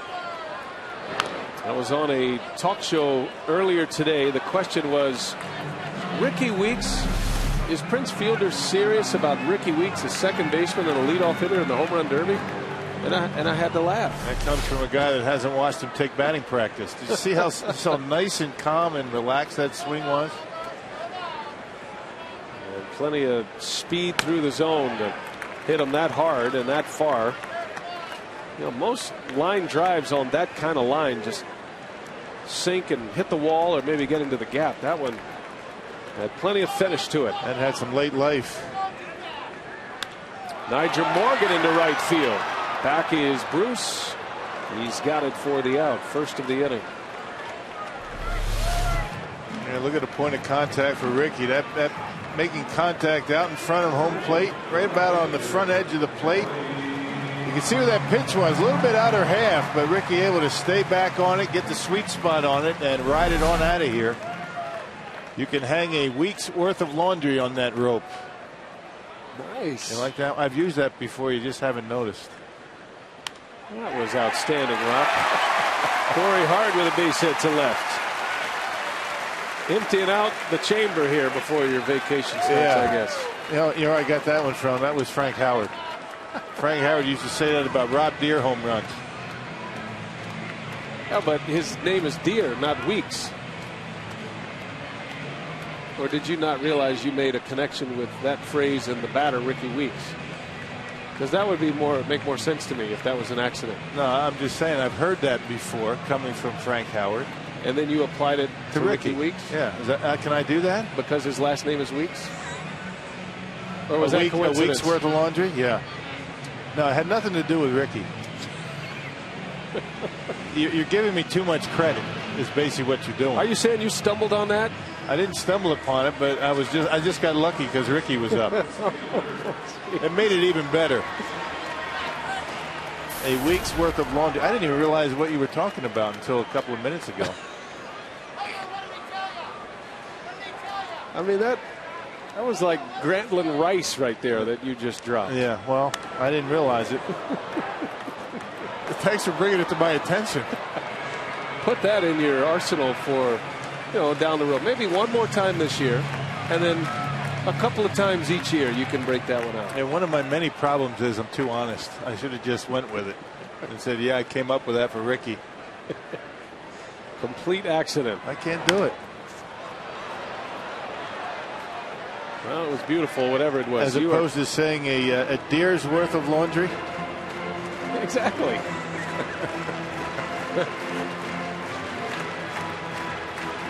That means you were a poet and you didn't know it. Didn't know it at all.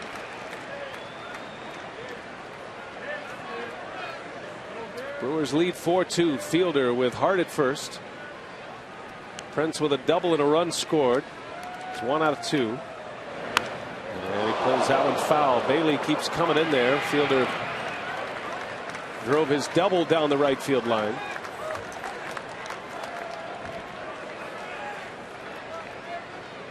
Two All-Star starters, two participants in the Home Run Derby. Half of the National League Home Run Derby field. Matt Holliday and Matt Kemp will join Weeks in fielding. Hart takes off. And a throw to second is late. A stolen base for Corey Hart. His third of the year. And we'll see what they do with Fielder now in a 1-2 count. Man, that's the only problem with stealing bases. But Ron Rennigan doesn't mind. You get more men on base. Yeah, throw a little bit high, but I don't think it would have mattered.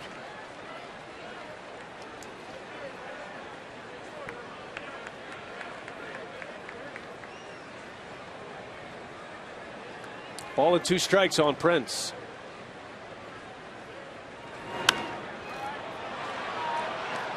Count stays at 1-2.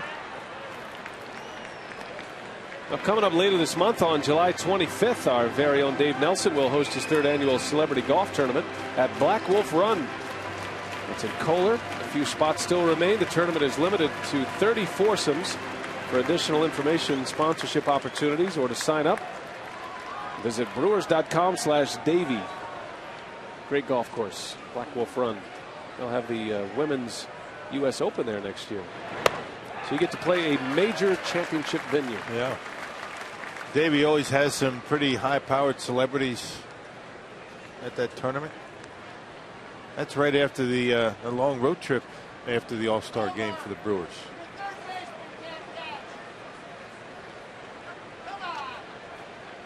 Two balls, 2 strikes on Prince with Hart at second. Bailey coming after him. And Fielder fights another one off.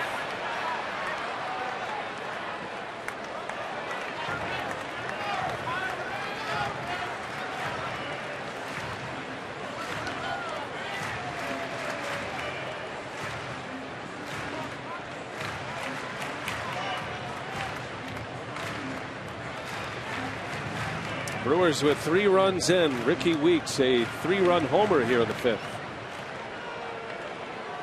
Started with an infield hit by Lucroy. Narveson walked on 4 straight, and then Ricky went deep. Another 2-2. Fielder fights another one off. Not messing around, is he? His best fastball right there, 95 miles an hour to Prince.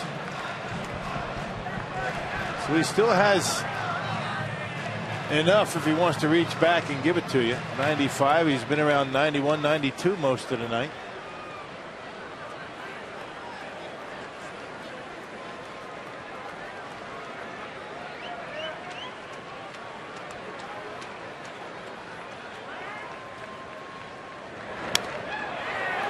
Oh, what an at-bat going here. Fielder against Bailey. And if Bailey had any designs to work around Prince and put him on to set up a double play with Katse, he is not showing it. He's throwing breaking balls, but he's giving him strikes. Yep. This will be pitch number 10 in this at bat to Prince.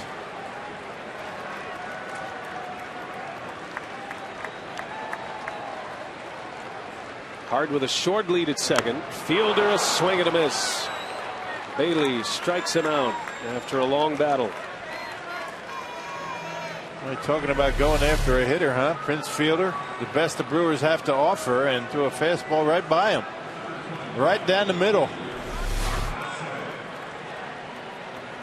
Not sure if I would do that on a regular basis to Prince. First strikeout for Bailey. And here is Katse.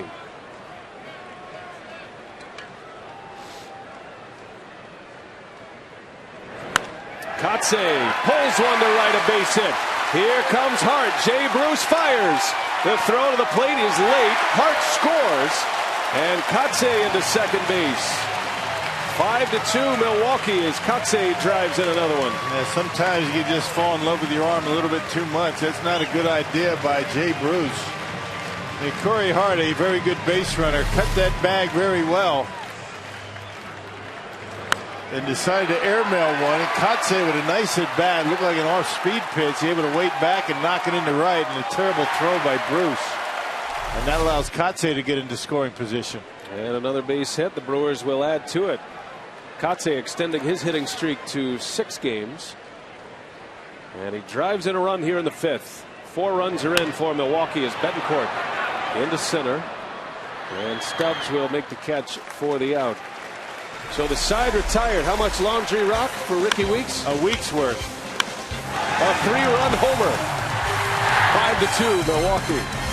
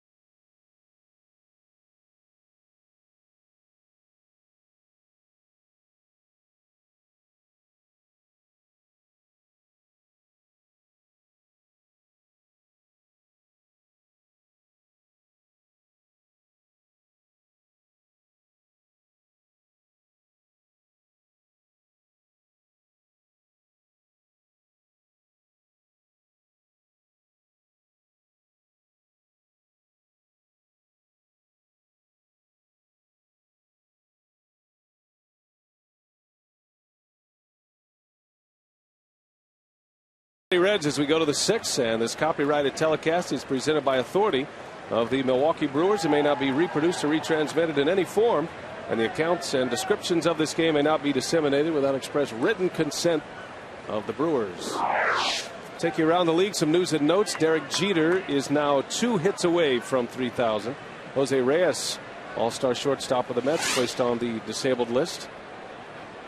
And Joe Mauer playing his first game at first base tonight for the Minnesota Twins, something that we were looking ahead to last weekend. Yeah, he was taking some ground balls over there in that series against the Brewers last weekend, and that will not be his last game at first base.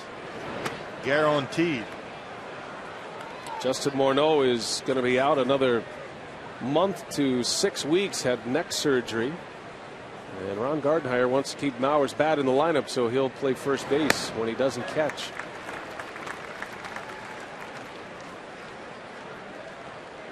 Minnesota just 8 back in the American League Central to start play today. Still feel like they are in it. I think there are a lot of eyes on the Twins, though. We were talking to Doug Melvin earlier in the broadcast about the trade deadline approaching, and he mentioned that there are a few teams that want to see how this next couple of weeks goes. But you figure the Minnesota Twins, one of those teams, because if they fall out of the race, there are going to be a lot of inquiries for Twins players, especially guys like Michael Kadire and Kevin Slowey.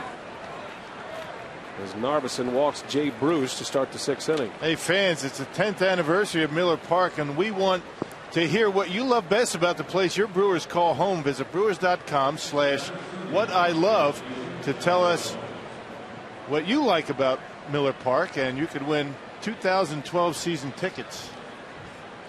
Brewers.com/whatilove.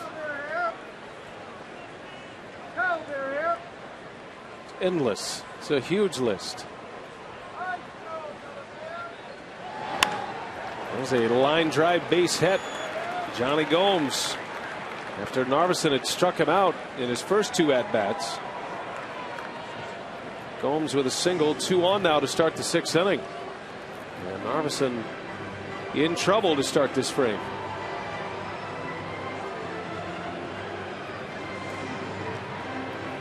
He's got the bottom of the order coming up.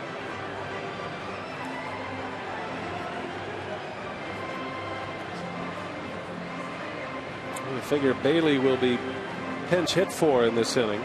His spot comes up. Zach Cozart, his first major league hit his last time up, single to left. He's already made a couple of nice plays defensively in this game. One of them saved a run for the Reds. Bouncing ball, got a chance for 2. Betancourt to Weeks, a quick turn at second in time. Beautiful double play. 6-4-3, Betancourt, Weeks to fielder. A smooth turn, a nice pivot by Ricky Weeks, and that throw got to first base very quickly. Boy, Ricky loves to use second base to defend himself against that runner coming in. Check it out, nice and easy, doesn't panic, and a perfect throw over to second base, as slick as it gets up the middle, and getting a pretty speedy runner at first base. Yeah, nicely done. Narveson needed that. 2 quick outs, 1 swing of the bat. And here is Hernandez now with a runner at third. Bouncing ball to McGee.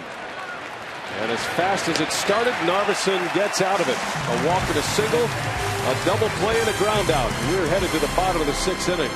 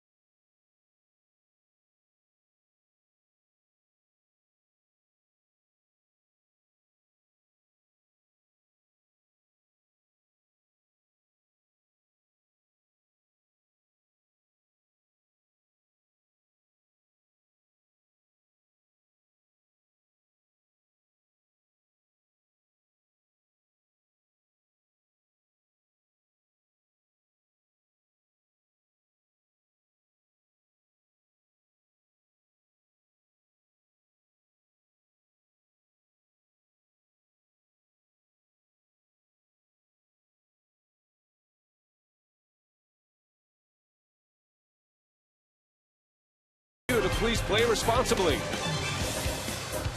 By Airtran. Go, there's nothing stopping you. And by the Miller Lite Vortex bottle. Taste greatness. The roof is open under the lights of Miller Park. And things not so comfortable for the famous racing sausages. Rock, they were out to a good start, but I think the one turn just set everybody apart from the hot dog. Yeah, the hot dog was feeling it tonight. And you know what? I think the rest of them gave up, to be honest with you. That pep talk I gave the bratwurst a couple of days ago didn't last long, did it? It lasted one day. I think the bratwurst is rubbing off on the rest of them, to be honest with you. You know, he won back-to-back days, and now he's going to take his 2 July wins and take it to the house. Casey McGee leads off for Milwaukee.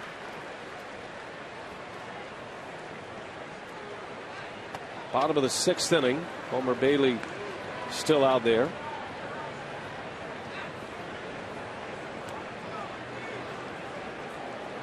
McGee is 0 for 2. Bruce made a nice sliding catch on him in right field in the 2nd inning. And Casey gets jammed. Phillips is there. 1 gone here in the 6th. Well, Casey McGee with that pinch hit home run yesterday. Had a chance to hear from him following the game.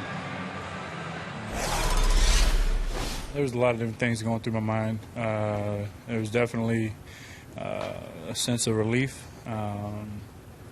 and kind of the feeling of having to be a long time coming. But at the same time, it was, you know, I was excited for us as a team. You know, we needed to get back on the right foot, and you know, it was nice to feel like I had a hand in it. And he certainly did have a hand in it yesterday. 7th inning, 3-run home run. A pinch hit 3-run home run that gave the Brewers all they would need to beat the Diamondbacks. Lucroy bounces to Cozart. Low throw dug out by Votto. Nice play by Joey Votto. Now we have gone from 16 to the final 2 greatest moments in MLB All-Star Game history. Go to MLB.com/moments. Vote now for your favorite Midsummer Classic moment. Cal Ripken's final All-Star game in 2001, or 1955 when Stan Musial hit a walk-off homer in the 12th inning. Tune into the 2011 MLB All-Star Game Tuesday, July 12th, 7 Central on Fox to find out who won. Craig Counsell will pinch hit for Milwaukee. Narveson is out. 6 innings, 2 earned runs, and a chance to win this one tonight if his bullpen can take him the rest of the way. Narveson would improve to 6-5 if the lead holds up. Counsell into left, and Gomes has it for the out. Quick inning for Homer Bailey, probably his last. 5-2 Brewers. We head to the 7th.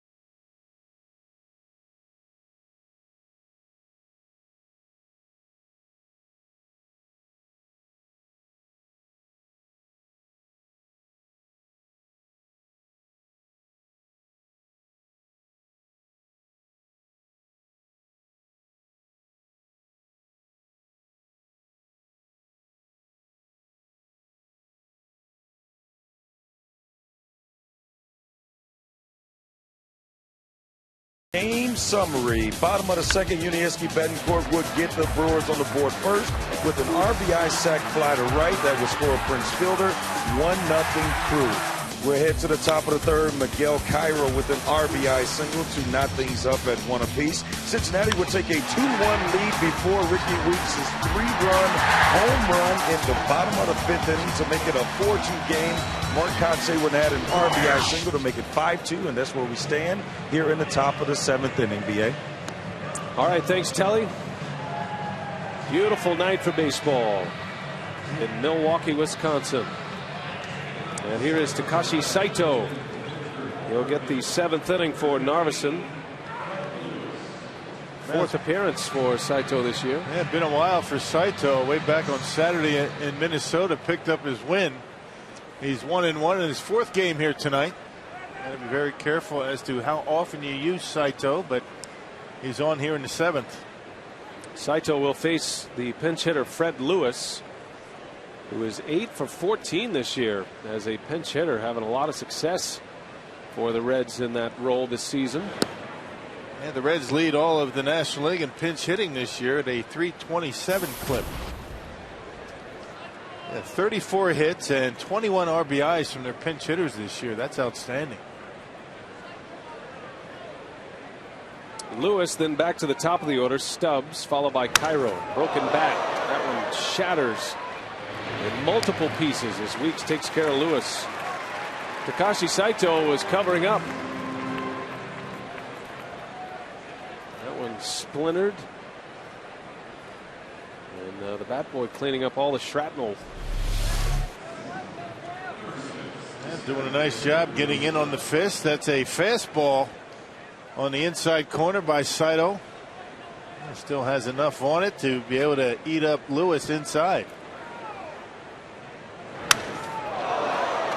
Duck, he says. Easy out. 1 away. Top of the order here is Stubbs. Saito is such a big part of this Brewer bullpen the rest of the season. That's why the Brewers have been very cautious with him. He is 41 years of age. He had an oblique injury that put him on the disabled list, had a hamstring injury as well. And he has not been around much this season. The thing about Saito, he hasn't pitched much, so his arm is fresh. What the Brewers are having to build up that arm strength. There was a case the other day when he was warming up in the bullpen and completely hot, ready to come into the game. He didn't have to come into the game, but that still shut him down for the next day. So typically when he loosens up in the pen, he's coming in the game. Yeah, and it makes it even more difficult for a bullpen. It's already short.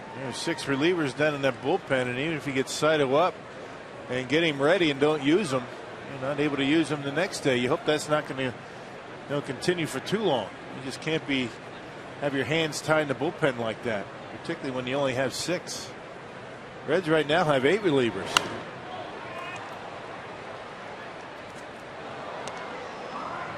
Yeah, the Brewers with an 11-man pitching staff, 5 starters, 6 relievers.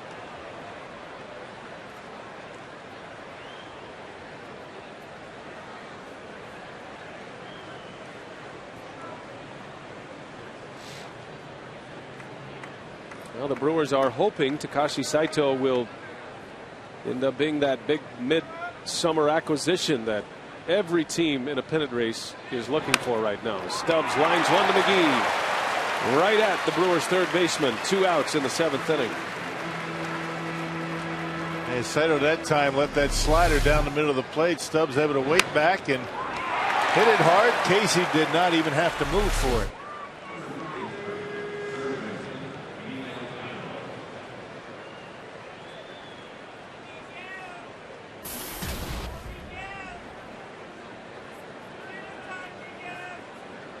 Miguel Cairo with 2 away. Had a single and an RBI in the 3rd inning. Gave the Reds their first run of the game. Cincinnati scored in the 4th. Ramon Hernandez with an RBI single. If anybody deserves that run, it's probably the third base coach of the Cincinnati Reds, Mark Berry. A very subtle wave to the runner to score, and he was able to sneak in ahead of a Ricky Weeks throw. Little tapper, Saito. This will test him. Low throw, and fielder picks up the bounce in time to get the out. And if Saito makes it through that play, he's going to be all right. Ricky Weeks, he will lead off when we come back. His 3-run homer gave the Brewers the lead.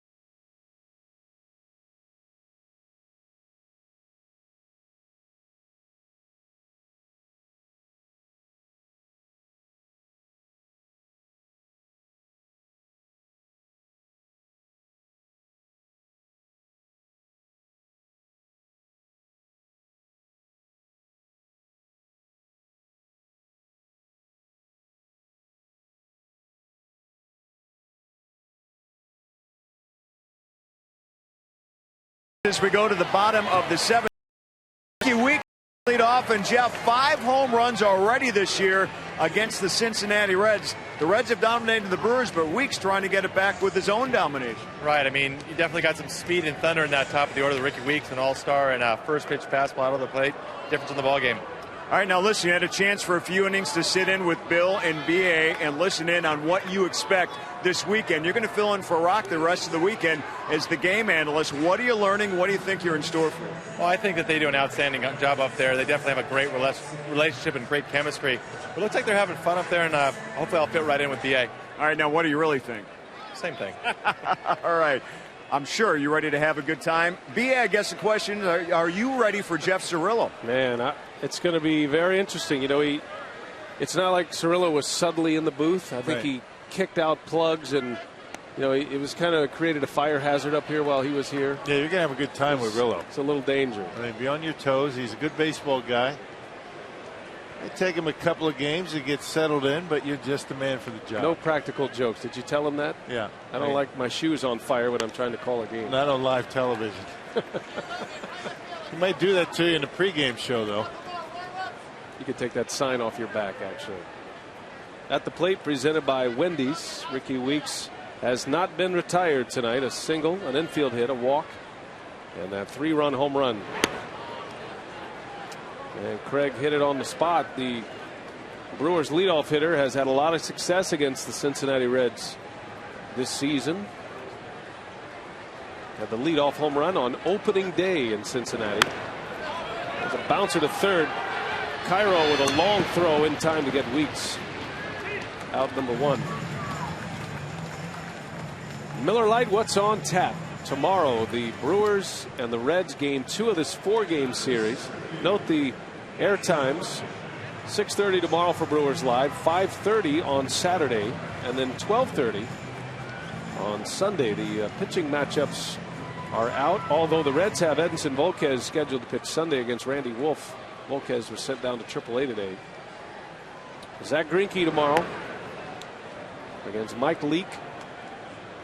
Got Sean Markham and Johnny Cueto matching up Saturday night. That's a marquee matchup. And Mike Leake and Cueto, two of the best, most consistent starters for Cincinnati this year. And Cueto 5-3 and a 177 earned run average. Mike Leake with 8 wins. Speculation is that Dontrell Willis will start for the Reds Sunday. We'll see. Logan Andrusek in for Homer Bailey. Bailey goes 6 tonight, gives up 8 hits, 5 runs, all earned. And he is on the hook for the loss. The Brewers did most of their damage in the 5th inning, scoring 4 runs. And a 3-run home run by Weeks. The big blow. At RBIs tonight from Marcotte. And a sacrifice fly and an RBI from Yudi Betancourt. Looks like Hawkins preparing for the 8th. Broken bat, foul.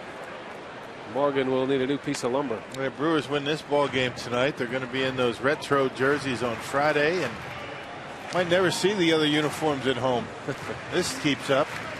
It's going to be a conflict on Saturday. They are supposed to wear the throwback Negro League jerseys on Saturday. I don't think they have much of a choice. That's a done deal. Morgan rolls to second for the out. 2 outs in the inning.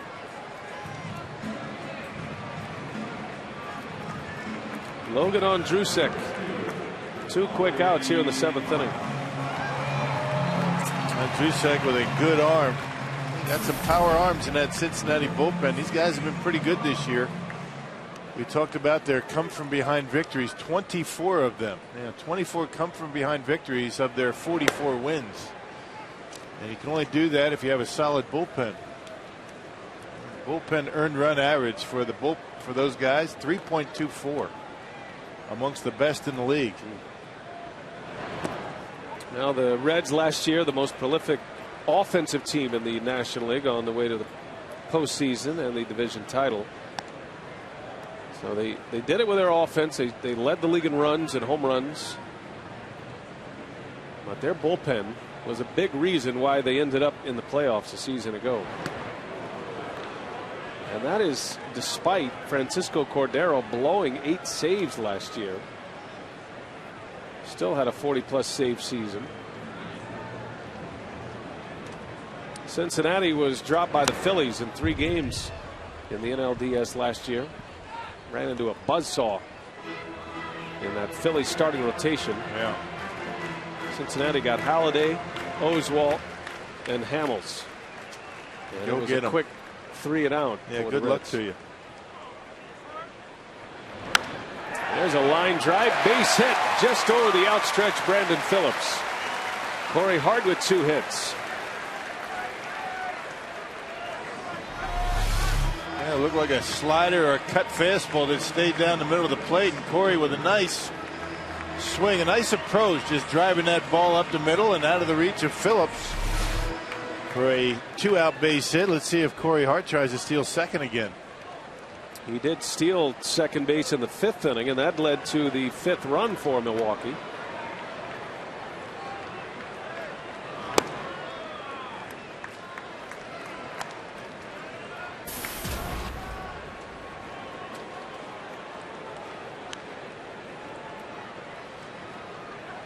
Brent's doubled and scored in the 2nd. He's 1 out of 3.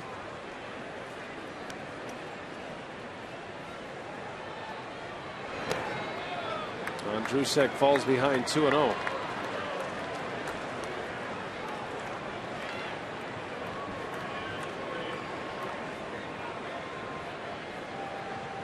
Fielder sitting on 22 home runs, 71 RBIs. In game number 89 of the season. In there for a strike. Yeah, good breaking ball. 2-0 curveball to Prince Fielder, showing a lot of respect. I'll tell you, Homer Bailey went after Prince like we haven't seen this year with first base open. Andrusek doing a little bit differently, going with the breaking ball in the 2-0 count. That skips away. Hart started, then stopped. And it's 3-1 on Prince. Braddock joins LaTroy Hawkins in the bullpen. Cincinnati will have Joey Votto lead off, and then Phillips, and then Jay Bruce. So 2 of the first 3 hitters in the inning left-handed. And his fielder waves and misses. Another off speed from Andrusek.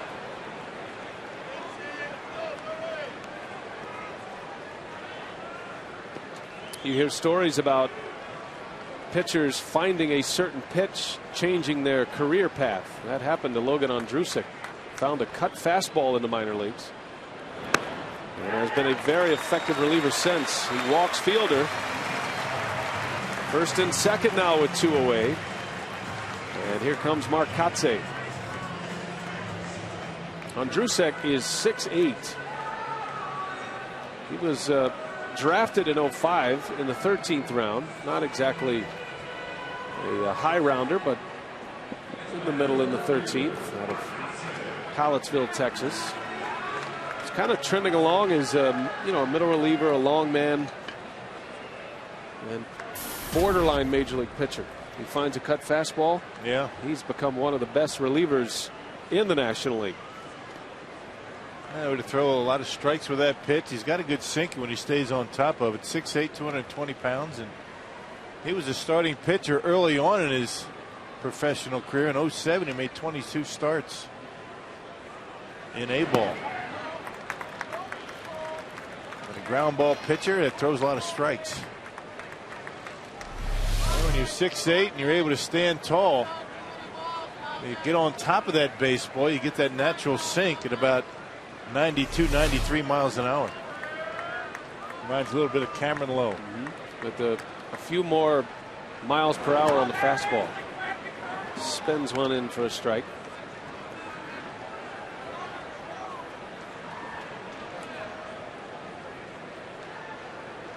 Kotsay had an RBI single his last time up.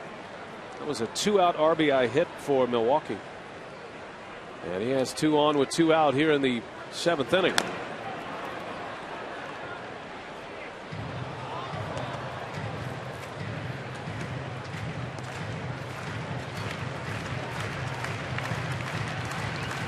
Kotsay extended a hitting streak to 6 games with that base hit.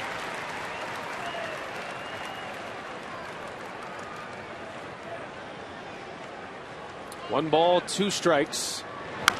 And a bouncing ball. Votto's got it. Throws to second.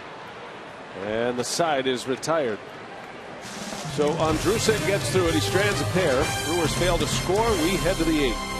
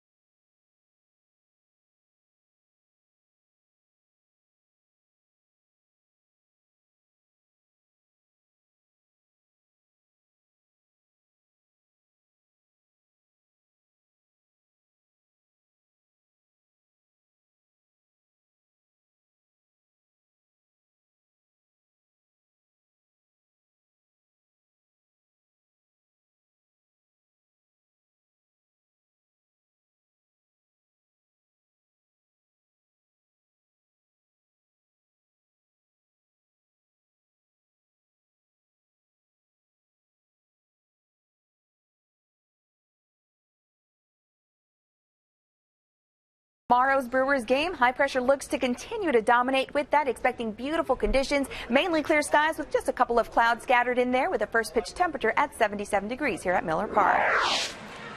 That does sound like a great forecast. Remember that, Rock. When the high pressure dominates, it's a beautiful day in the summer. New pitcher for Milwaukee. We go to the 8th. LaTroy Hawkins is in the pitch. Saito win a scoreless 7th, and now Hawkins will have the 8th. It's good for fishing, too. The high pressure? Yes, it is. Nice. Within reason, not too high. Well, LaTroy Hawkins has been throwing the baseball pretty well. He gave up an earned run a couple of days ago, his first in a long, long time, as Carlos Gomez takes over in center. Niger moves to left, shoring up the defense a bit.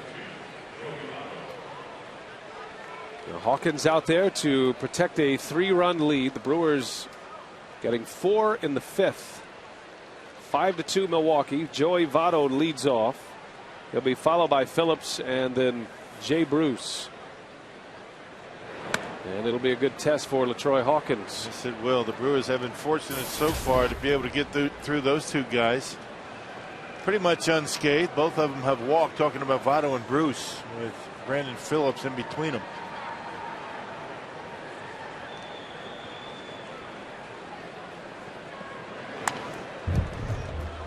Hawkins has been throwing his fastball in the mid-90s again.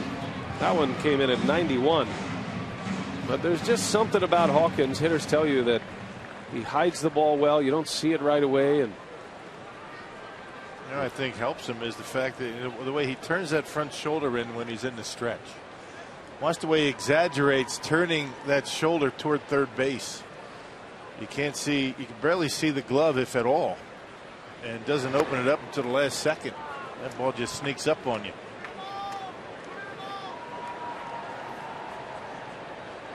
You hear hitters talk about focusing the eyes, you know, before the pitch comes out. They're looking into that space. You know, every hitter's different. Ted Williams used to look at the logo on the pitcher's cap and then slide his eyes over. Every guy has his theory, but if that ball doesn't come out of that slot, it can be tough on a hitter. Votto finds a slot and rips one to right for a base hit. Now that one at 87, that might have been some type of a cut fastball, but you know, Votto 0 for so far. He was 0 for 2 with a walk and got a pitch middle in and ripped it into right field. Man, there were times last year that ball would have been in the seats. Not this year, more of a singles hitter. Leadoff single for Joey Votto, and here comes Brandon Phillips.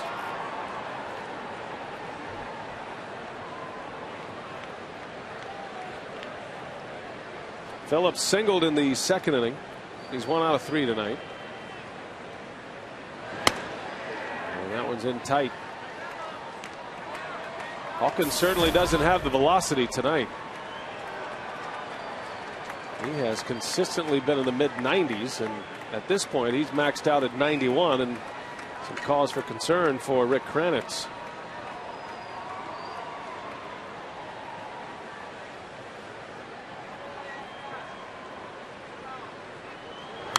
Now you saw when the Brewers were at the plate, you saw Zach Braddock getting loose along with LaTroy out in that bullpen. It was kind of surprising that they didn't bring Braddock in to face Votto and then Jay Bruce after Phillips. Giving you more of that lefty-lefty matchup. Electing to go with Hawk here in the 8th. I guess if you're going to save your left-hander for one inning, this would be the one. Ball and a strike on Phillips. Brewers are looking for a ground ball and a cut at a foul tip.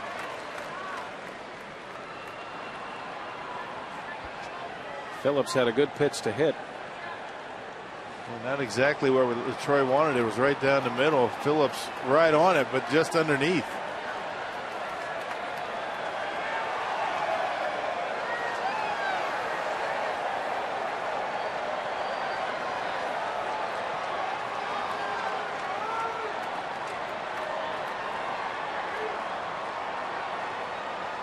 Phillips making the All-Star team for the second consecutive year.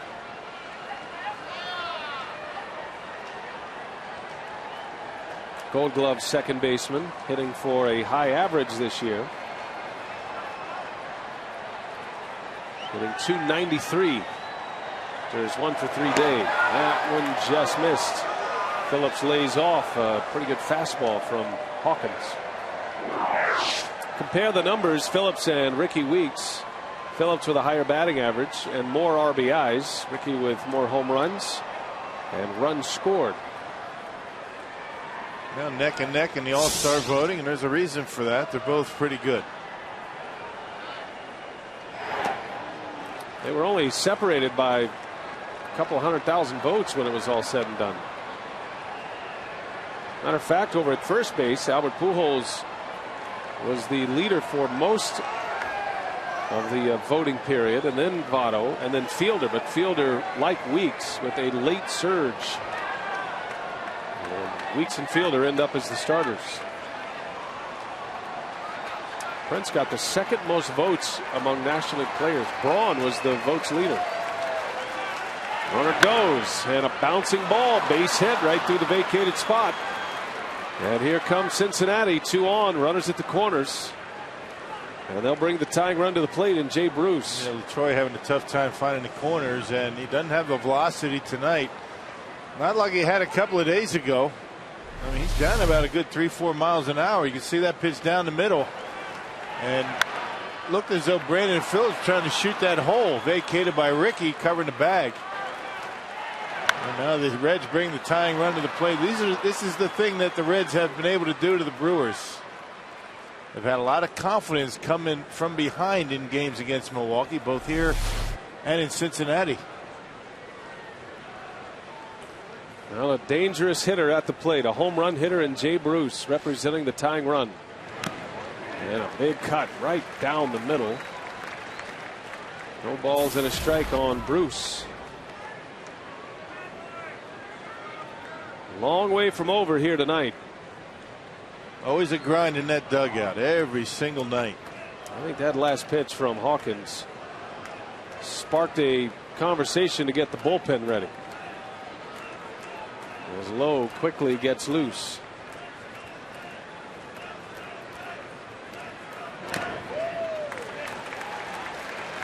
Oh, 0-2.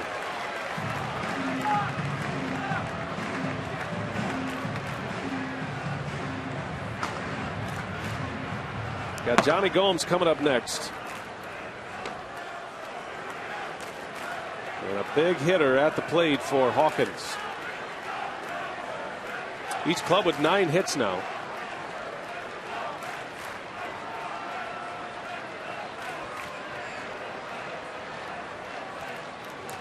The Brewers will concede a run to turn 2. They get a ground ball.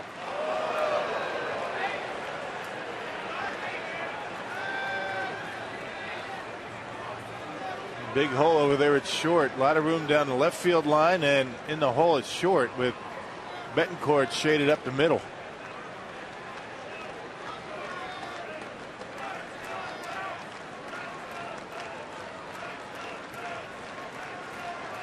Jay Bruce with 19 home runs this season. Leads the Reds. And he fouls that one away.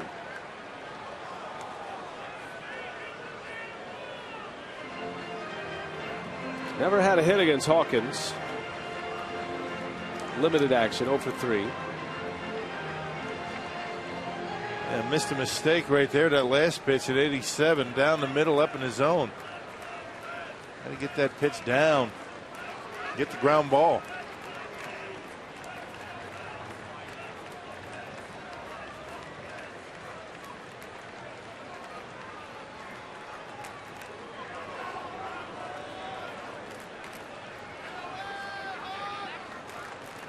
Well, when Phillips was down on the count, 2 strikes, Dusty Baker sent Joey Votto, kept him out of a double play ball. There was a day when Phillips would have been stealing second base at this point. He's only got 5 this year.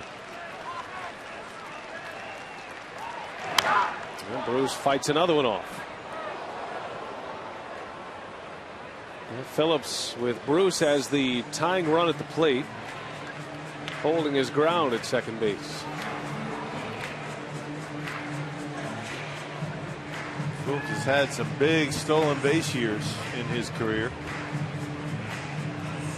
He was a 30-30 guy, wasn't he? That was back in Well, he was a guy who consistently stole 20-plus, 30-plus bases as a minor league player coming up through the Indian system. And a 30-30 player in the major leagues as well. Bruce rips that one off the leg of fielder. Weeks is there, and they're going to get an out of this. A shot off the thigh of Prince Fielder. A run scores as Bruce drives one in on a 3-4-3 ground out. And the Brewers lead is down to 2. Yeah, that ball was hit like a rocket over to Prince. One hop, got a piece of it. They like to say he got in front of it, but he had no choice. It was hit so hard. I think it might have got a piece of his arm. Ricky Weeks not giving up on it. And Prince realizing what's going on, he goes over and covers the bag, and they get an out. That ball was hit hard.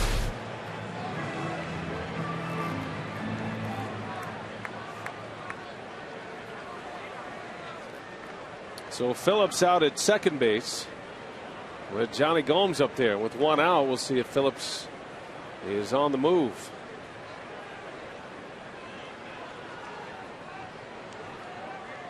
And Hawkins making sure he stays close. That 30-30 year Rock was referencing on Brandon Phillips was back in 07. And a lot of his stolen bases were third base that season.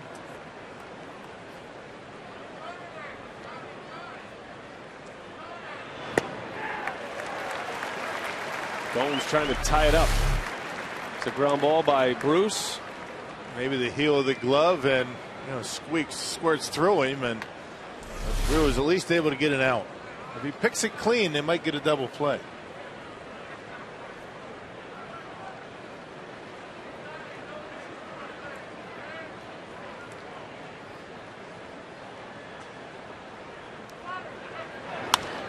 In the right center field, Corey Hart is over. He's got it. Phillips will not tag. Second out of the inning. Gomes got pretty good wood on it, but he flies out to right.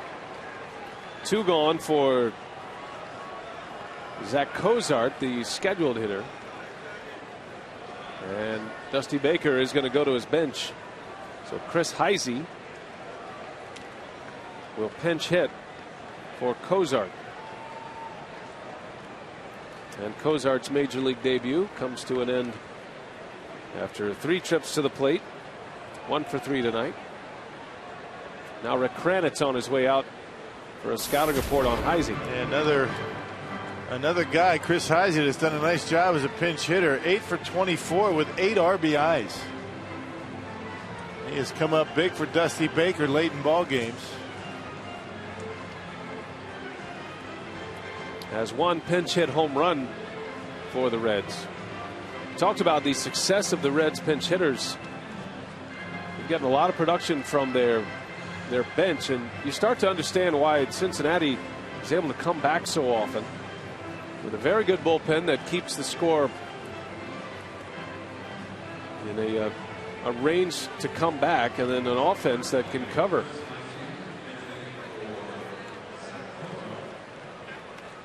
You'd have a hard time convincing the Brewers that the Reds are a 500 team. Yeah. They come in at 44 and 44. 7-2 this year against Milwaukee.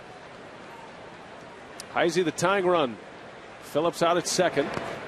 And a terrific play by Lucroy to keep him at second.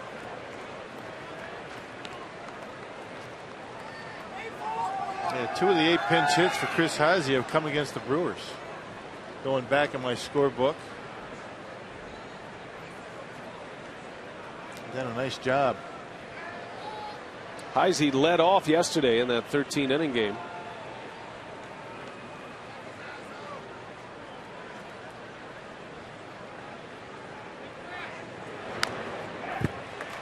Ball and a strike. Hawkins keeping that one down in the strike zone.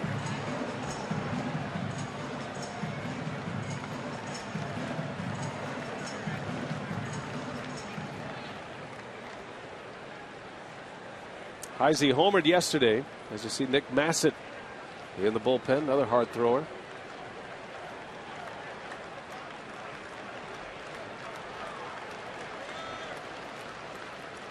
2 outs in the 8th. The Brewers trying to hang on to a lead. It is down to 2 after the Reds have scored this inning. And a shot right to Weeks.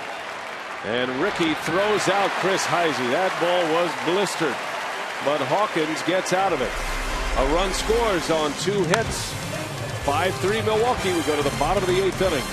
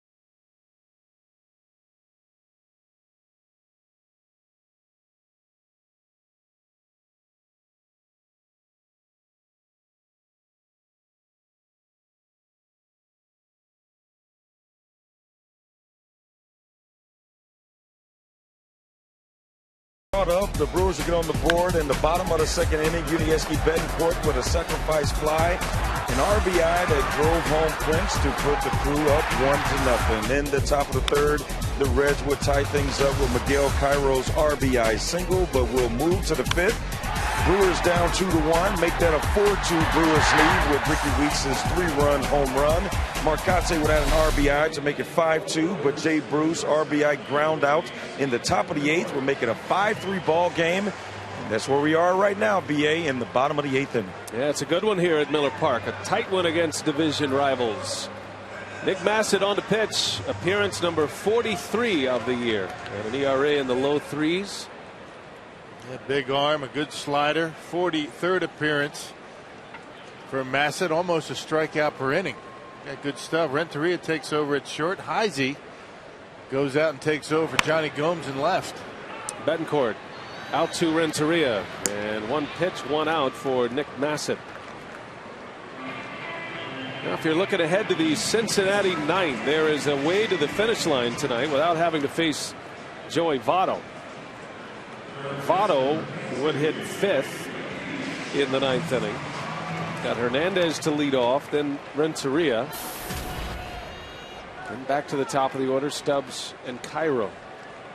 And that is a big bat to try to avoid. That's why it was important for Hawkins to stop the bleeding there and retire Heisey. Well, how about the defensive alignment from Milwaukee? Garth Orich putting Ricky Weeks exactly where he should have been. You know, a couple of feet either way, that ball's a hit. It was hit that hard. It's amazing how that shifting has worked out for the Brewers this year. Well, they're keeping the stats on how many outs it gets as opposed to how many hits it allows in the vacated spot of a traditional position. And according to Ron Renicky and Garth Orich, the numbers are overwhelming, which is why the manager keeps doing it. Yeah, you could tell just by watching on a daily basis that it's worked beautifully. Saving that pitching staff a lot of runs this year. 1 ball, 2 strikes on McGee. And a swing and a miss. Massett with a big fastball. 2 up, 2 down here in the 8th inning. 95 miles an hour up and out over the plate, and a good fastball hitter, and Casey McGee can't get on top of it. That is a pitch last year that Casey would have hit hard into right center. Casey 0 for 4 tonight. And here's Lucroy. 5-3. The Brewers lead the Reds. Got a 4-run inning from Milwaukee in the 5th. Ricky Weeks had a 3-run homer. Kotze a 2-out RBI single. The other run was plated in the 2nd inning. Betancourt with a sac fly, scoring fielder. Matt Gamble would bat if Lucroy can reach.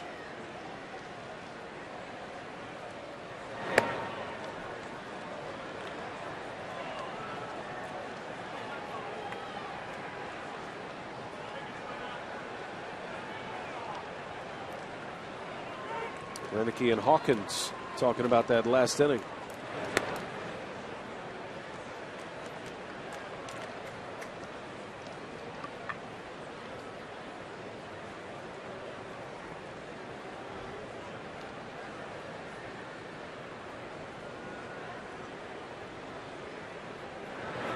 Lucroy into center field. Heisey, or rather Stubbs, is there to make the catch. Inning over. We go to the 9th inning. John Axford on to try to close it out.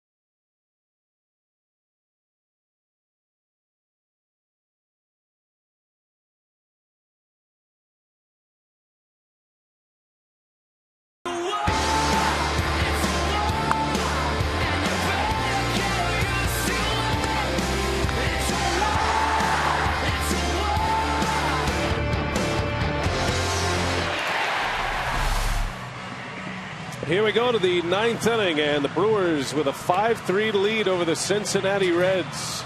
John Axford on to try to nail it down for Milwaukee. John with 22 saves this year in 24 chances. That includes 19 consecutive saves for Axford. Well, there hasn't been anybody any better than Axford.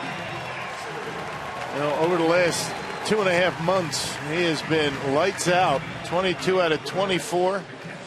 And look at the strikeouts. 53 strikeouts in just a little over 39 innings of work. He's only allowed the 1 home run. That came on opening day against the guy he's facing right now.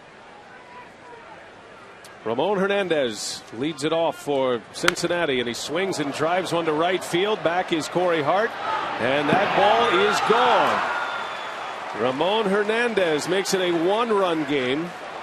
It was his home run in Cincinnati that posted Axford's first blown save of the year. So the Reds are chipping away. There's just something about John Axford that Ramon Hernandez sees it pretty well. About as good a fastball hitters as you can find, and when he knows it's coming, he can get the bat head out. His home run against Axford in Cincinnati, you know, on opening day came to right field as well, almost the same spot. There's a grand slam, a game winner. Hernandez had the game-winning hit last night in St. Louis. So now the screws have tightened up here in the 9th. The lead is 1. Edgar Renteria batting for the first time. Got Stubbs on deck, then Cairo. Another base runner, and Axford is going to have to deal with Joey Votto.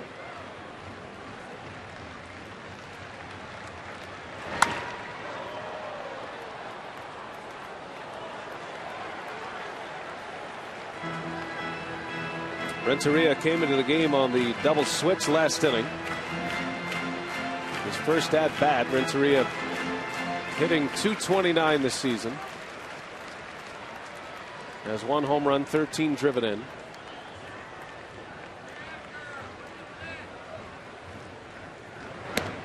It's going to be interesting to see what Dusty Baker does at the shortstop position. Renteria and Giannis sharing playing time at short up until this point, but now that Cozart is here, the young prospect, he figures to get the bulk of the playing time. On the corner, a strike. A good slider that time. Took a little bit off. Had Renteria committed to fastball, which you have to do against Axford. You got to dial it up early, and when he's able to throw that off-speed pitch for his strike, good luck to you. Axford threw a lot of sliders yesterday in his save against Arizona. There's a bouncer. John has it. Makes a play for out number 1. The curveball from Axford, his bread and butter pitch. Yep. He went slider curveball and had Renteria out in front. He reached for it in an easy comebacker. 1 gone. Here is Stubbs. Stubbs with plenty of power as well. Has 11 homers this year. 1 for 4 tonight is Stubbs. Axford starts him with a curveball.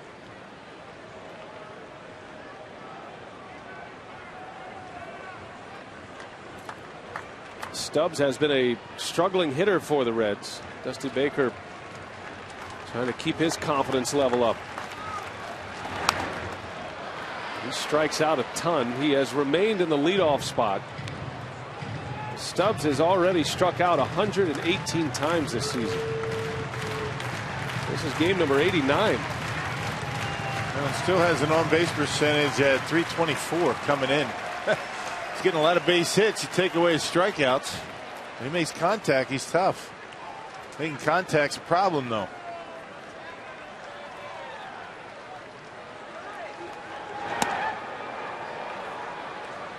Two balls and a strike. Yesterday, Axford, on his way to his 22nd save, struck out all 3 batters he faced.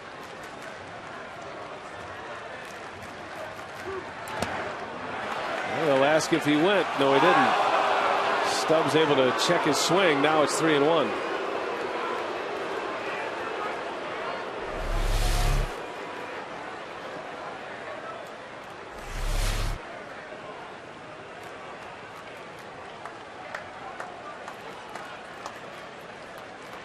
Dangerous pitch coming. 3 balls and a strike to a home run hitter. And he missed inside. Axford walks Stubbs. He is also a base stealer. And this is a spot where Dusty Baker can put some activity out there on. And Axford relatively slow to home plate. Tough guy to catch. Catcher has a tough time getting a quick release to second. So double whammy. You got a guy that could steal out of bases and a pitcher that you can steal on. 23 bags for Stubbs in 27 chances. Michael Bourne is the National League leader in stolen bases with 35. Stubbs is 4th. So barring a double play, Cincinnati is going to get Joey Votto to the plate in this 9th inning.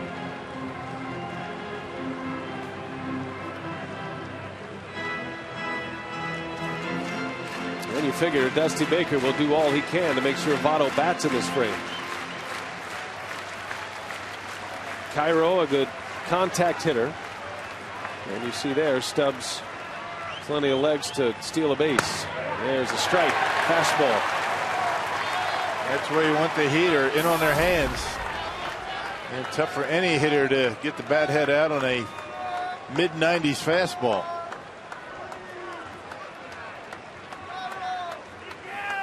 Cairo is an ideal hit and run man.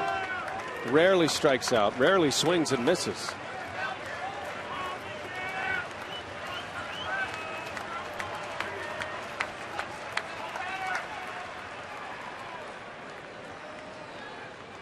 Very tempting to pitch out here. You figure this is a breaking ball count for Axford.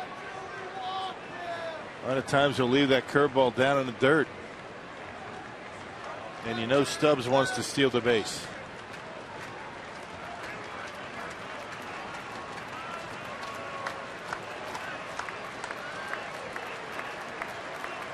Stubbs with a modest lead. He takes off, pitch out, throw to second, and it is in time for the out. How about that? Good call, partner.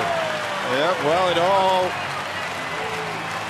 looked like an opportunity. The Reds are thinking a breaking ball. The Brewers are figuring he's running. They pitch out, and a perfect throw by Lucroy, and they get him. Well done.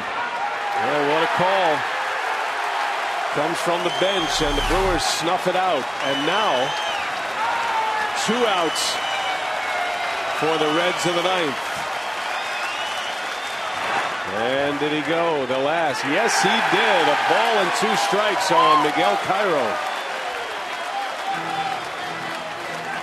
What a huge play. The caught stealing, retiring Stubbs, and this is strike 2 on Cairo. And what was it? A breaking ball. That's what the Reds were anticipating when they sent Stubbs to second.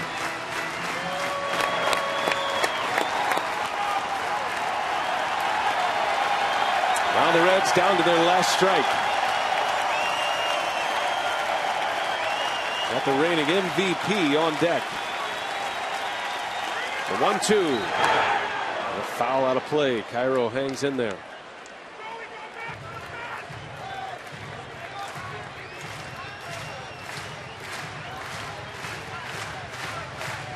That is a man you don't want to see until tomorrow.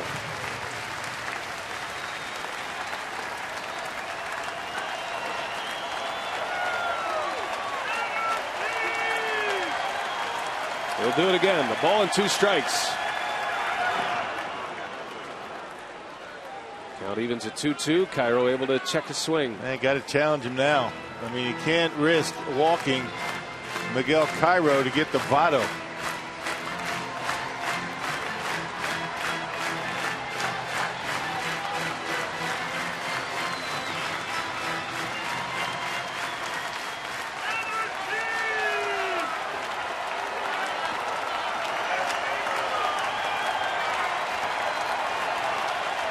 Two and 2 to Miguel Cairo. 2 outs. And a bouncer over to third, foul. Count stays at 2-2. Inning started with a Ramon Hernandez home run. Reds got a run in the 8th to cut it to a 2-run deficit. A home run by Hernandez to start this inning. It is now a 1-run game. And a manager pacing in the dugout. Not pacing as much after that caught stealing, though.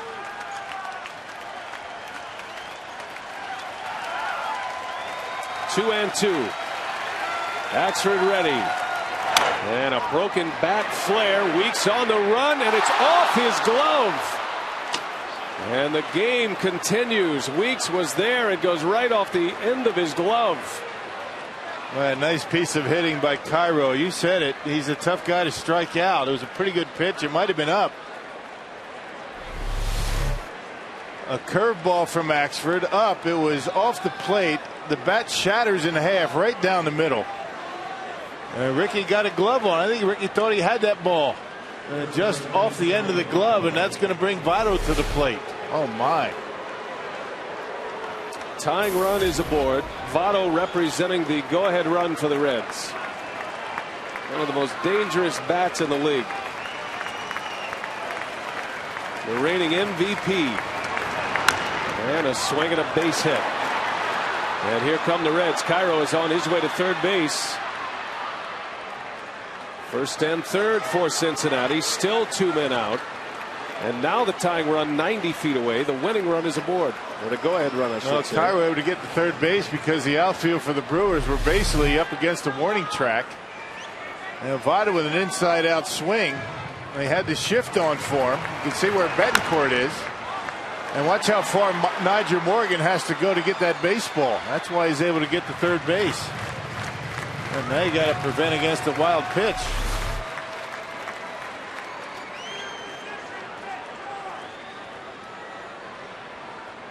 Rick Kranitz to talk it over with Axford. Brings his infield in as well. Brandon Phillips, the batter.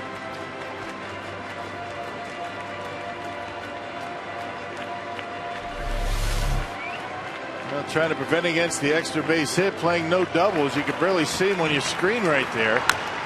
Up against the warning track. Now Gomez and Morgan on their horse to get there, but by the time they get it, Cairo at third base. And a spot where the shift might have cost the Brewers an out. First and third, 2 away.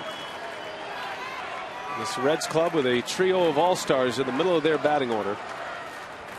Just the part of the order you did not want to face. Axford has given up 3 hits and a walk in this inning. Let's think how big that caught stealing was at this point.